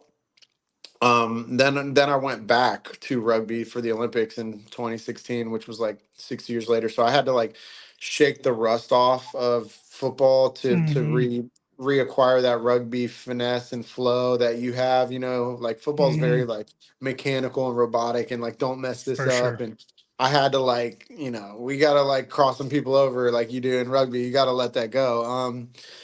So that was hard, but that kind of came with just some experience, because obviously I played rugby my whole life. But man, when I went to football, I didn't play high school football, so I didn't know what cover two was. I didn't know what cover one or zero or blitz or Yeah. what type of routes were. I didn't know what anything meant, You got to right? be studying all time. And then I get there and I start to realize like, holy shit, like there is a lot to this football stuff, and I don't think people really understand like at all. Like No. they don't even have a clue how much No. is going on. But at Ohio State, it wasn't the NFL yet. It was good that I had some college years, and it was humbling in the sense that I just got done playing in 3 Junior World Cups, playing against some of the best rugby players in the world, some of the best competition. Obviously, athletic wise, like I felt like I was there. I could run with anybody and jump and all that stuff. But then I'm like, I have no idea what's going on with this game. Like they put me at safety, so I'm like backpedaling is weird. You know what I Yeah. mean? Breaking. I Yeah. like I feel unathletic, so I had to like learn that. I didn't know, personnel groupings. What's 21 personnel versus like 11 or 10 personnel. Like I just had no idea about any of this stuff, and it was humbling. I really had to learn it. But I didn't have a lot of time in college. I was a walk on in my basically third year at Ohio State with no experience. Like I needed to get on that field and start playing. So that's really why I gravitated towards playing special teams, because I didn't know what was going on. I knew I could run fast and hit. So just put me on kickoff and let me tackle the guy with the ball. And that was kind of like what happened for me. And I like got really good at that. Um, and then like towards the end of my career at Ohio State, I started to figure it out. Probably should have played a little more safety my senior year, but at that point we got the pipeline of 5-star recruits coming in, and here's this walk-on kid who just started playing football, so they didn't want to risk it. But I'd say I really started like really learned football my rookie year in the NFL. Like the Bill Belichick system and Yeah. Matt Patricia and how they like installed it and explained it. Like that was my foundation, was definitely rookie year in the NFL. And you gotta put the time in to learn that as much as I do to go train and lift weights and run and condition. I mean, I wasn't gonna not make it in the league because I couldn't figure out the playbook or how to play football when all these other people could do it. So I really spent a lot of time there. And I'd say the reason I played so long is because at the end I just knew the game so well, and I was much more of a cerebral player that could call. Like I was kind of our play caller on a lot of the special team stuff, and I could just put us in the right situations, and then you build a lot of trust with your Yeah. coaches. But yeah, it was definitely a transition from this crazy kid that would run down on kickoffs, not knowing what's going on, to calling these crazy protection versus For punt sure. blocks, towards the end of my NFL career. So it Yeah. was an evolution. I mean, but what a master's program to come into the league with Bill Belichick and Matt Patricia to learn the game of football. I mean, you got the guy with the cutoff sweatshirt coming in, teaching you the game, as well as Matt Patricia. I just can't imagine there's any better way for a guy that's kind of getting adjusted to football from rugby to really learn the ins and outs of the game. But Nate, what I wanted to ask you is, we always have glue guys in hockey. We call them beauties. We call them locker room guys. So in a football locker room, who are those guys that are keeping it light? Is it the defensive lineman like a Vince Wilfork, or some of these guys that are just characters in the locker room? I can imagine it's really intense. A lot of football guys are hard-nosed, similar to hockey, but who are those guys in the locker room that are just kind of keeping it light? And is there one teammate that was always fucking around with guys, maybe playing pranks or different things on the road, and just trying to really lighten the mood? Yeah. It's fun. It wasn't me. I'll tell you Yeah, I was that. gonna say, if we did something to you, I was one of those guys that was always joking around. You'd probably fucking punch me. No. I like to laugh. I'm not Yeah. like there's the guys that get so serious in the locker room, they're literally like throwing up in the trash can before the game. Oh, And yeah. I'm like, yo, like figure it out, bro. Like, come on. Like Yeah. Yeah. how are you that stressed out? Like it's just a Yeah. football game. But then there's like guys that like are clowning to the point where it's like, bro, like we got a game, like chill the fuck out. Like it's a little more serious. Like there's just total opposite ends of the spectrum. I was definitely like straight laced, but like I wouldn't say I was like wound up tight either. You know, if you're unless you're just being like a complete idiot, right? I was pretty good. I think pre-game's a little different, but you know, overall in terms of the locker room, like Julian Edelman, for instance, like that's my guy, but he super clown, fun dude, you know, to be around. But if it was game day, like the guy's warming up 4 hours before the game even starts, like super serious, like don't even talk to me, dude. Like he's one of those, right? But like Yeah. in the locker room in practice, like he's great. I mean, God, we had some just great people. I mean, usually the D linemen were the goofballs. I mean, the way I think about it in my memory was, you know I mean 100%. I like Chris Long was one of them. Played with the Bennett brothers, but Michael was a goof. He was quieter though, but the D line just seemed to just be big ass dudes that don't, they're their best selves when they're just clowning around, right? Yeah. So yeah, I mean it's hard to think of a lot, but you know, we just had like really good dudes in there. But I don't know, I mean, when you say that, it makes me think of the guys that were just thrown up in the trash can before the game, and how much I just wanted to like slap him on the back of the head and be like go for a walk, man. Come on, we can't be doing this. Yeah, there was guys in hockey always like that too, especially goalies. It's like, can I trust this guy tonight? Because he's throwing up right now in the handicap stall like he does every game. But is this going to be the one that maybe he doesn't go out there and he's booed back in the locker room? And it's always like funny. But you mentioned Edelman, Nate, and one of my all-time favorite receivers, white boy, slot receiver. You know, the coolest thing that I always thought was just dope about him was you'd look on the sidelines or maybe after the game, and he'd always just have in that big beard, he'd have a big chaw in. You know, he'd always have like a grizzly, just a fat lipper. And in hockey, man, a lot of guys in the locker room, especially me coming up through the junior rinks, Azo, same thing. You always had those guys, those veterans with just a big chaw, and it seemed like he always had one in. He did. Oh, yeah. You know, I mean, he always just had that fat lipper in, and then he'd be back in the game buzzing around like, did that guy ever run out of energy? And I don't think he gets credit enough for how fucking tough he was too. Like as a player, he was a tough dude. You know, I think Jules had. I think the best part about Jules, it's the best part about him and the worst part about him, is like his anxiety because he was wound tight, right? He was wound up so tight that he had to go warm up before the game.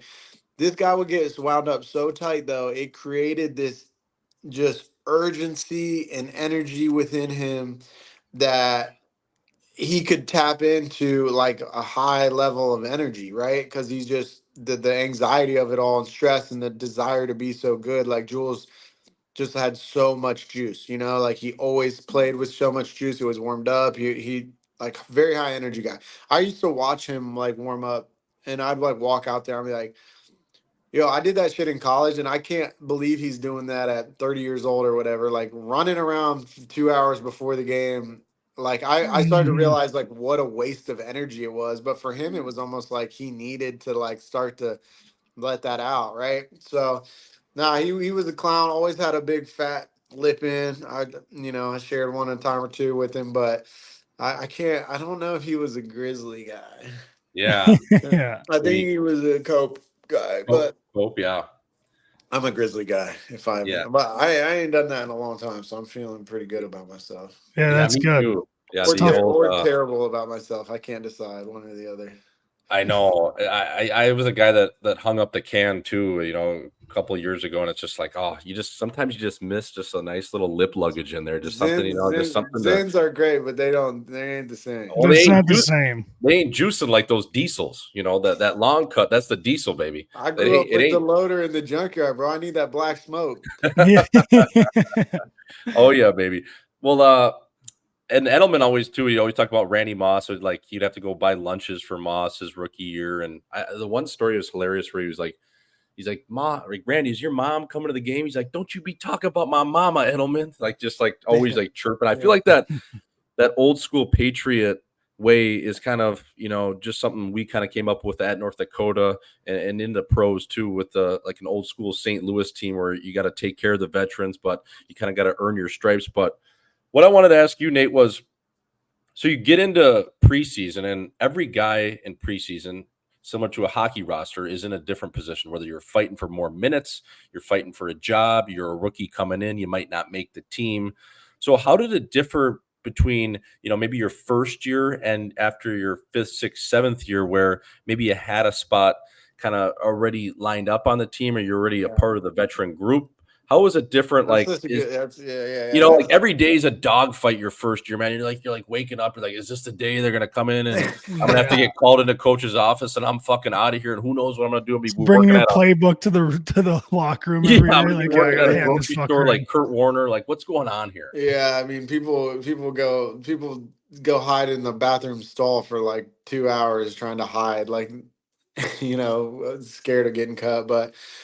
That's a really good question. And I actually like the way that you worded it, from the experience of the preseason as a rookie, like relative to what it was as a much, much longer veteran. And that rookie preseason was, for me, I had I was touched by an angel my rookie training camp. Like I had a day like Dante Hightower talked about that. I was over there, he's coaching with the Patriots now, but we were talking. He's like, my rookie training camp, I had like 7 days in a row with an interception. I had like 7 interceptions in 7 days. Like, that's just like, it was just like tipped balls, and I would just happen to be right there. And I had, it was my rookie year. I was just learning kind of how to play safety. And it just it kept me in it. And, the NFL was kind of like a big thing, but I kind of had that like, fuck it, I'm not supposed to be here anyway, so I'm gonna just let this rip. I remember my first preseason game versus the Philadelphia Eagles. I got a pick, and then like didn't know what to do. Started running. I got pretty tired, and then what's that little Deshaun Jackson, the little dude? Jack, yeah. Pussy tried to cut my legs out. Didn't want to hit me up top. I was too tired to do anything anyway. I couldn't even like bend over to bounce him, so he flipped me. He laid me nice and soft, but like no, I got a pick my first game ever. Right, I played 3 snaps of defense at Ohio State, 3 snaps, and so to get in this game and right away play more than my entire college career, get an interception, like I kind of started to let it fly. So that rookie year was awesome, and then I think I really started to like find a passion for it. But at the same time, I think there was like that stress level you're talking about as a rookie, right? Are you going to get cut? I think I had such a good preseason that I didn't have a ton of fear there. I was more worried about in the season, like not playing well, because like the preseason is honestly like not hard. Like nobody's good, and there's no cohesion, and then there's no hard plays or details that make it difficult. So it's all pretty simple. And then when you get into the like actual season, it's like real. And I think I had a little bit of a struggle like the first couple games acclimating to that. But then like as the years go on, especially like year 2 and year 3, you're still new, right? But you don't have that rookie freedom pass, especially as a draft pick. Although in New England, there's no such thing in New England, but even more so as a second year player, you start to get worried about getting cut. And then, I got like a high ankle sprain. So I was out for like 3 weeks during training camp, 4 weeks during training camp. And it's just like, oh, this is it. Like, it's hard, right? You're really nervous about it year to year. You're a bubble guy. You're not Tom Brady, you're not Gronk, so you're just thinking this is the year. NFL stands for not for long, Yeah. And then you just find yourself stringing them together, and then it's like year 7, 8, 9. I'm in training camp, and they're like, "You're not even playing in these games." Like, right. We brought you here. We know what you can do, and like just don't get hurt. It turns into that. Yeah. So it's just a very different experience going from, my rookie year was the longest year of my life. Played in every single preseason game, pretty much every single snap. But I'll say this though. Some of the best, most fun games I ever had as a player, just playing, like pure joy, were the preseason games. Like I remember playing in a preseason game in my third season, I think it was, like in 2014 or something like that. And we're playing the New York Giants in MetLife, and like our defensive line and linebackers like weren't tackling anybody, and I'm playing free safety, but I was just like literally dropping everybody. I had like 13 tackles as the free safety. I just had so much fun though playing, and it's like the fourth preseason game. No one's gonna even turn this tape on. They're already watching week one. Like we're in the last. Yeah. But I was just out there just like dropping dudes. It was awesome. That was probably like one of the funnest games I ever played in, and just found that joy for the game. And yeah, preseason's dope though. It was such a great learning experience for the young guys. Like I learned so much getting those reps, and I just think in a way it's a kind of a shame what's happening in the league. Now we have one less preseason game. Now we have like no off season where like there's that stuff starting to change. So those young guys are going to get less reps. Like if I didn't get those reps in the spring and in the preseason, like when am I ever going to get a chance to get better? Right. Yeah. So, but it's still just the preseason. So, but in the preseason, is it similar to a hockey training camp where they come in, all the guys get in there, about 50, 60 odd guys, and the first 3 days are like hell. Like they're bag skating you in terms of conditioning. You're doing a lot of battle drills. It's physical. You have, pretty hard workouts, and then they kind of back off and ease into preseason games, and you kind of get more on a scheduled regiment where it's playing every other day. You don't play every preseason game, but maybe some of the rookies will play 6 out of 7. So are those first few days of like testing and is some conditioning stuff, or is it pretty much just get in, learn the playbook, get into practice, get your reps, and then we'll kind of build this thing up into games? That's exactly it. I mean, we get in there. First thing you do is run a conditioning test. I mean, now they're trying to do away with the conditioning test, so we'll see. Like, I mean, Jesus, but are they? Dude, don't get me started on that. But especially coming from the rugby world, like y'all can't run 2060s. Like, get out of here. And honestly, I think that's a mistake because you need to have some accountability to be in shape to play the game to some standard. But yeah, we come in, we do a conditioning test, and then the first 2 days are like, practicing without pads on, right? Because the pads probably add, I don't know, 12 pounds, something like that. And maybe not that much. I don't even know, whatever. Add some weight, add some heat, all that stuff. And then you start to hit. So the first 2 days are kind of rolling into getting ready for pads, and then you're in pads, and then you kind of acclimate with the team for about 10 days there, and you just get to the point where you're just so sick of hitting your own teammates, and then you find yourself playing in a preseason game or doing a joint practice with another team. But once you start that first preseason game, it's like you said, you kind of get in that schedule of, okay, we have a week and this is what our game week is like. And it's a little more difficult because we would practice even the day before the game, like lightly, whereas in like the real season we would never do that. But yeah, so it's like that, and then they make these cuts about like last on Tuesday, and then it's guys get a couple days, and you got about a long week to prepare for week one. I always hated week one because you don't know what the other team's gonna do. Because it's a new season. They got a bunch of new players. Sometimes they got new coaches. So you don't even know what to study, and then it's like you also have like 10 days to prepare. So it just turns into like chasing ghosts, and like we're watching so much and you just like ready to just play the game. It's so I always hated week one, but yeah, man, that's kind of the process. Sounds pretty similar. Nate, how was it? 2016, you had one of your best seasons you had your whole career, and you decide to play in the Olympics. Now, you're a big part of this Patriots team. I can imagine you had to – did you have to, like, ask permission to play in these things? Because I imagine Bob Kraft and maybe Bill Belichick are like, we don't want this guy getting injured playing rugby. Did that? I mean, we can get into this too, but did that Super Bowl winning against the Falcons, did that help like your case of them letting you go? Because they're like, fuck, we just won the Super Bowl. We might as well let him go to the Olympics. Or were they just like, we're letting this guy go because this is nails. He's playing the Olympics. It happened the other way, though. The Olympics was before the Super Bowl. So the Olympics was 2016 summer. The Super Bowl versus the Falcons was technically in January or February 2017, and it was the 2016 season. So what happened was I was in the last year of my rookie contract. I was getting to the point where, I was obviously we needed to negotiate a second contract. The Patriots wanted to do that, so Bill called me. We agreed to terms, and then kind of when I was done with that, I was like, hey Bill, like, I gotta go do this thing. I gotta go, try to play rugby in the Olympics this summer. And like right away Bill was like, oh yeah, go ahead, go for that. And I'm like, what?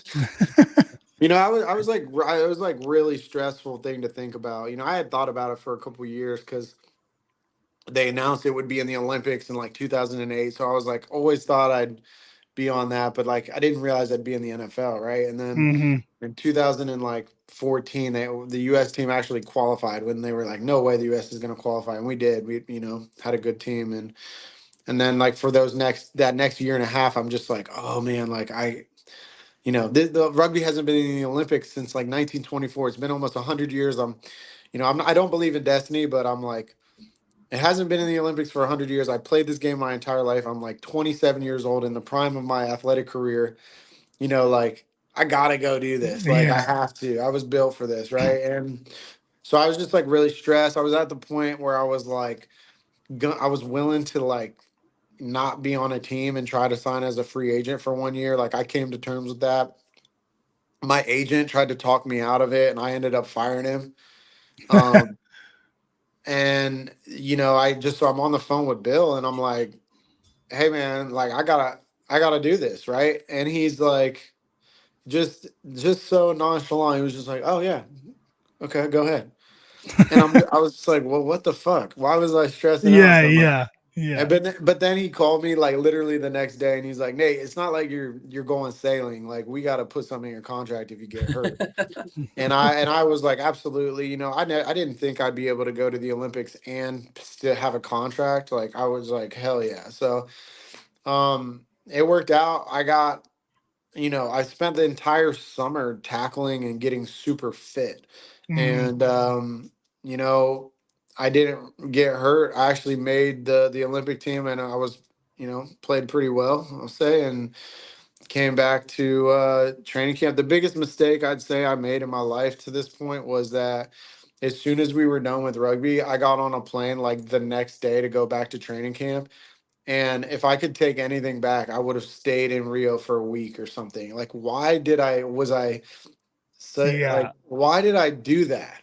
Like I should have stayed there for at least 3 or 4 days. Yeah. Like I got on a plane right away to come straight back to training camp, and then they dumbasses made me run a conditioning test, which I like ran 120 yards further than we were supposed to because they didn't tell me how far to run. The strength coach just wanted to see, is this kid really in good shape? And I did that with pads on. I remember that was crazy, but yeah, I was super fit, tackled all summer, came into the 2016 season, and my fuck it meter was like through the roof because I just played in the Olympics, and I'm like, I don't care about any of y'all, you know what I mean? Yeah. And that that fucking meter being high was really good for me. And I've just played as free as I ever played in my career, led the league in special teams tackles and, second team all pro. And we won the Super Bowl that year. And I think it's safe to say I'm the only person ever to compete in the Olympics and win a Super Bowl in the same year, like ever. So that's my thing. That is nails. But yeah, you should have got at least a couple more nights in Rio because I've heard that place is unbelievable.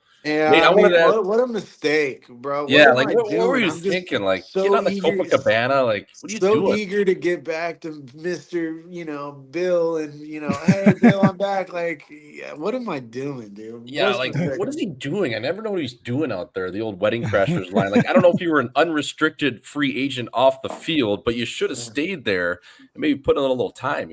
Just in terms of the beach, you would have seen some nice trim, we call it. But Nate, I wanted to ask you, like Super Bowl week, Super Bowl bender, the pre and the post festivities. I remember being in Miami in 2019, 2020, so the 2020 Super Bowl, which was in Miami.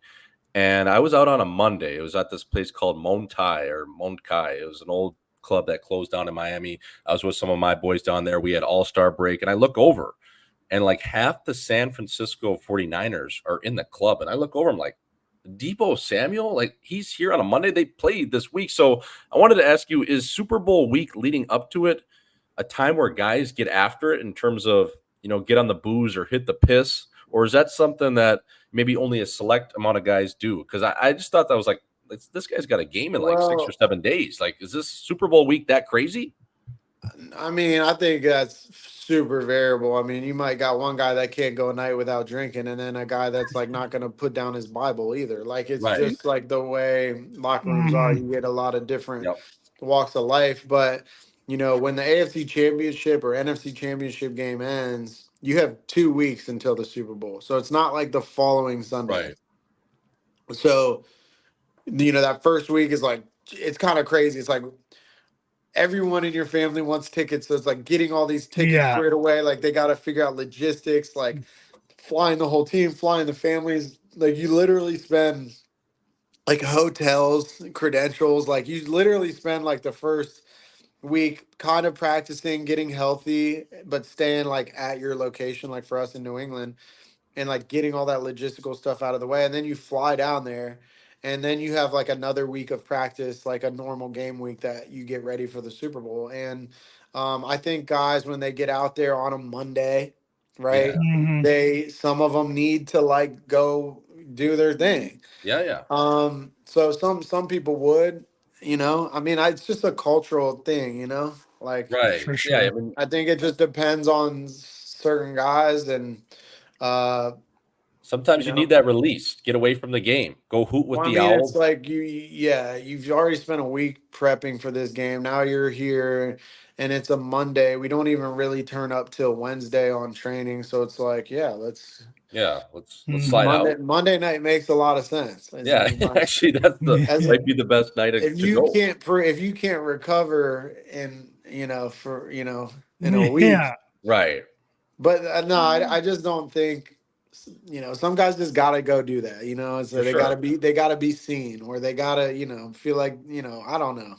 Yeah, yeah. Get out in the mix a little bit. Maybe take your shirt off, start dancing, whatever it is. You won 3 mugs in terms of Super Bowls. What was your favorite, and who was always leading the charge for the Super Bowl bender? Was it a guy like Gronkowski? Like, who were some of the savages that way, where it was just like, all right, boys, it's day 3, day 4 after we won this fucking thing. Here's our meetup spot. This is what we're doing, and kind of just keep that train rolling.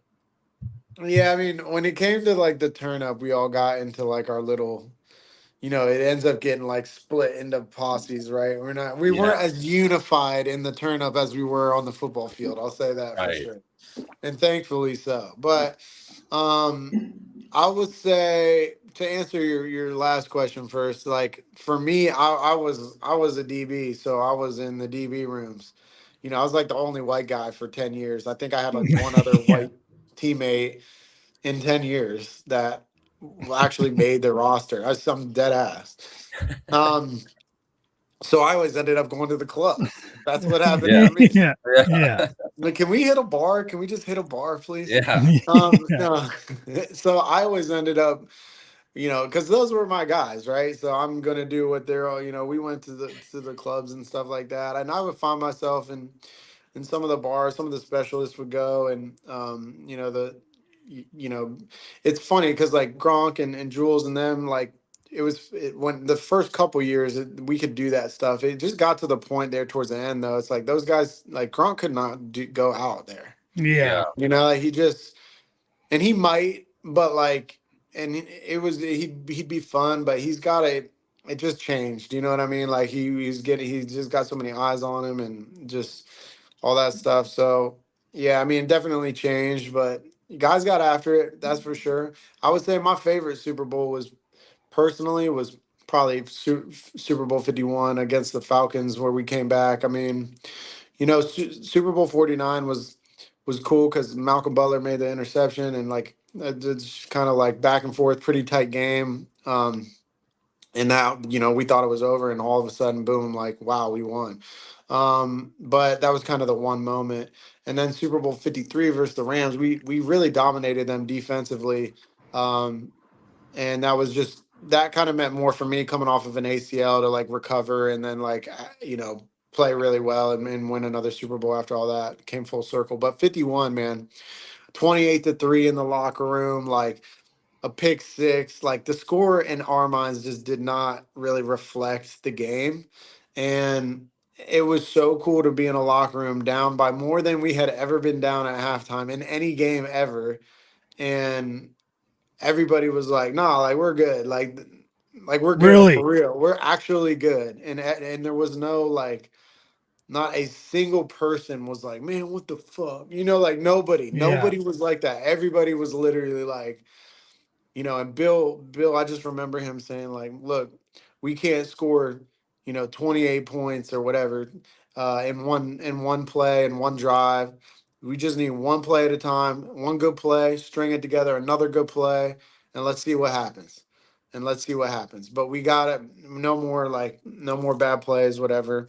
And that's exactly what happened. And when it started to happen in the second half, it felt like an arm wrestle where you just start to break that person and the momentum is just Hmm. going and like you can feel it, and they just couldn't do anything about it. It was such a weird feeling in a game of that magnitude.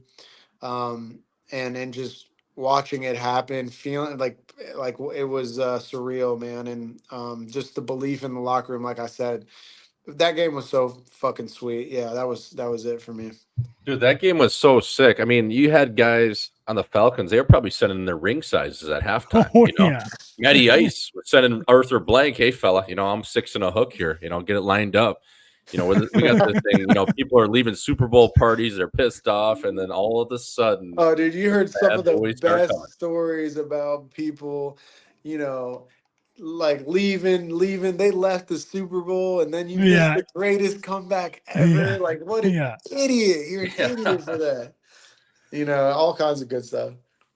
Dude, that game was insane. I mean, I just can't imagine just playing in the Super Bowl. It's like, did you ever get used to that feeling where the first time felt a little different, or you're a little more nervous in the last two, or was it always just like, holy fuck, like this is This so is it. surreal? Like, because I think hockey, I keep going back to hockey, or basketball, it's a best of seven. So you lose one game on the road, you lose two games on the road. Okay, we can still make this back up, even though we're in the cup final.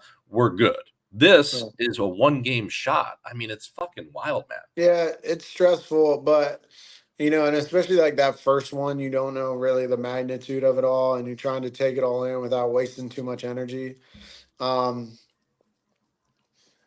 for me though, like I think I realized like all that energy and looking around, like at the end of the day, man, it's like it's another football game, and you just need to dominate the motherfucker across from you.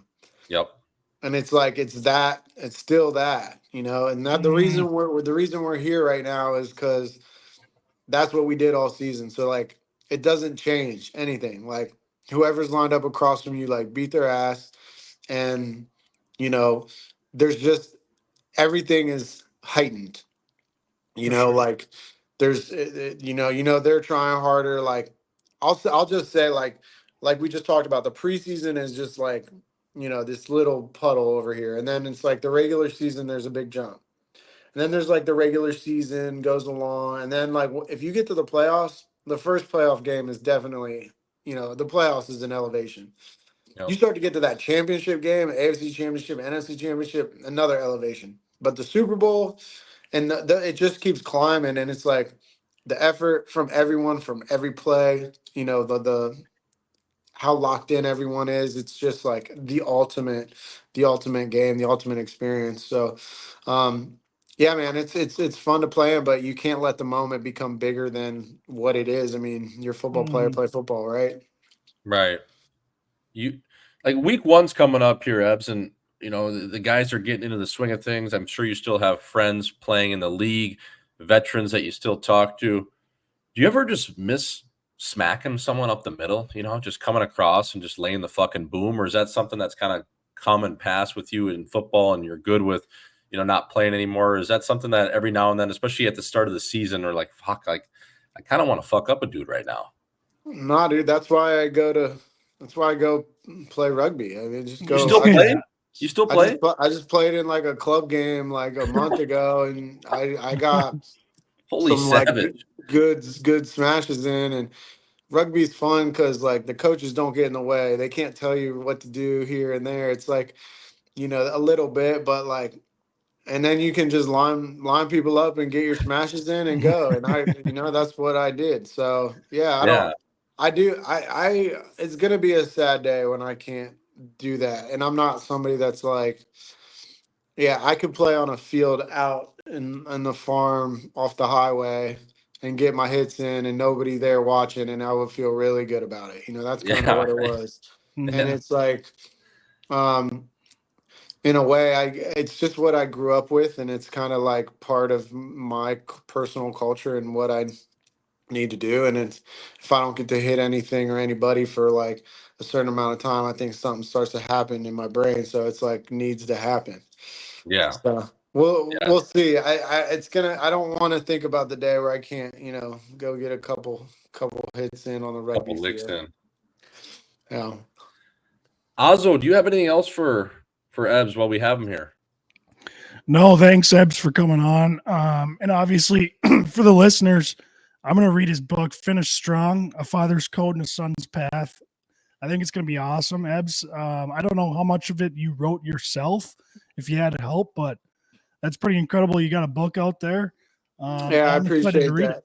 Definitely, man. And you'll have to let me know what you think. But ultimately, yeah, I did end up having like I wrote a lot of that. I mean, collaborated a lot more. I let the writer, word things. But it's funny through that experience, like I had a previous writer, and he tried to like glorify me and like my achievements, and it was very like, look at how successful I am. And I started reading it, and he put like a 30-some page like overview of what he was gonna write, and I couldn't get through the first 3 pages because it was so like, I don't talk like that. Yeah. I'm not that important. Like we're not writing this book, and I just couldn't get through it. And I ended up getting rid of him, and I realized I did need to be involved in that writing process because I want it to sound genuine to me. And so I think at the very least, whatever you think of the story, I think it's great. But like I will say this, it's a genuine take on how I feel about everything. It's not somebody else's, thoughts, and I let him talk about it. So you'll have to let me know what you think, but yeah, put a lot of time into that, and it was a fun project. It's Awesome. we might have a movie down the pipeline here called, I'm not That'd even be say what it's called, yeah. That'd be but yeah, nails. we're working on it. We're working on it. Where can people get the book, Ebbs? Can you get it on Amazon? Can you get it at Barnes and Noble or Amazon, Barnes and Noble? Just, dude, it's 2024. Just type in "Finish Strong," Nate Ebner, A Father's Code and a Son's Path, and you'll be able to get it. Audio book, all that shit. I mean, it's a Penguin Random House Publishing, so it's on everything. That's cool. Perfect. And my last little bit, just looking at you, you still look fucking jacked. Like, what are you doing for workouts? Do you got like some sort of football regimen still? Are you doing like CrossFit? Like, what do you do for your workouts? Because no, I mean, I like to lift weights. Yeah. I like to be strong. I like to be able to run. Those are my, I want to have a motor, and I want to, feel strong. I would say I kind of have like in a sense, a powerlifting background growth. Me and my dad, how much can you deadlift? How much can you squat? How much can you bench? So that's kind of in me. I've had to tweak it a little bit because, I'm not, 18, and body doesn't love that so much. But I think there's a good balance. I mean, his saying was lift heavy or die, Yeah. and that's kind of something that I do. I like to lift heavy, but it's got to be once a week. I can't do it too much more than that. Right. And outside of those heavy lifts, a lot of like supplementary stuff where you are trying to get full range of motion and knees over toes and all this other stuff, right? Yeah, Where you're doing it all, but I haven't lost the ultimate, power lifter in there that likes to eat heavy weight, and push iron. So. Yeah, it's tough to give up on that. It's so much fun pushing around heavy weight. I think, bro, I'll say this, man. I think it's so good for not only your heart health and your physical health and your bones and stuff like that, but like we live in a day and age where like nobody goes outside. Everybody's got a mental health issue, and it's like, man, just like go strain a little bit. Just go spend 45 minutes and just strain. And just see what that does for your soul, for your mind. It does wonders. Just strain a little bit. You just don't. Nobody puts any stress on themselves, and it's and then this internal stress comes out. It's like just strain a little bit, see what it does for you. It's a beautiful thing. It's a beautiful thing. So I'm never gonna stop. 100%. And as a hockey guy, Ebbs built like a tennis player. I was throwing up 110s on the bench yesterday, so not bad for a guy over here looking like Pete Sampras. You know what I mean? I had fucking 110s, and I was showing the boys in the hockey room. I was working out at the University of Wisconsin when I was back home, and I said, fellas, this is how we do it over here. So you gotta be proud of something. You know what I mean? Exactly. It's not the 150s that you're probably doing, but I'm working my way up to triple digits, baby. My daughter will be doing 110s in about. And I'm just playing. No, that's dope. That's dope. That's good shit, man. No, you hockey boys are like my rugby guys, man. They I always like the hockey boys. Yeah, man. We really appreciate you stopping by and taking the time to talk to us and coming on the show. That was awesome. Yeah, no worries, man. Thanks for having me. I'm glad I could we could align on things. Hope you guys stay well. Yeah, I appreciate it. Thanks for coming on again. Folks, that was 3-time Super Bowl champion Nate Ebner from the University of Ohio State, baby. Woo!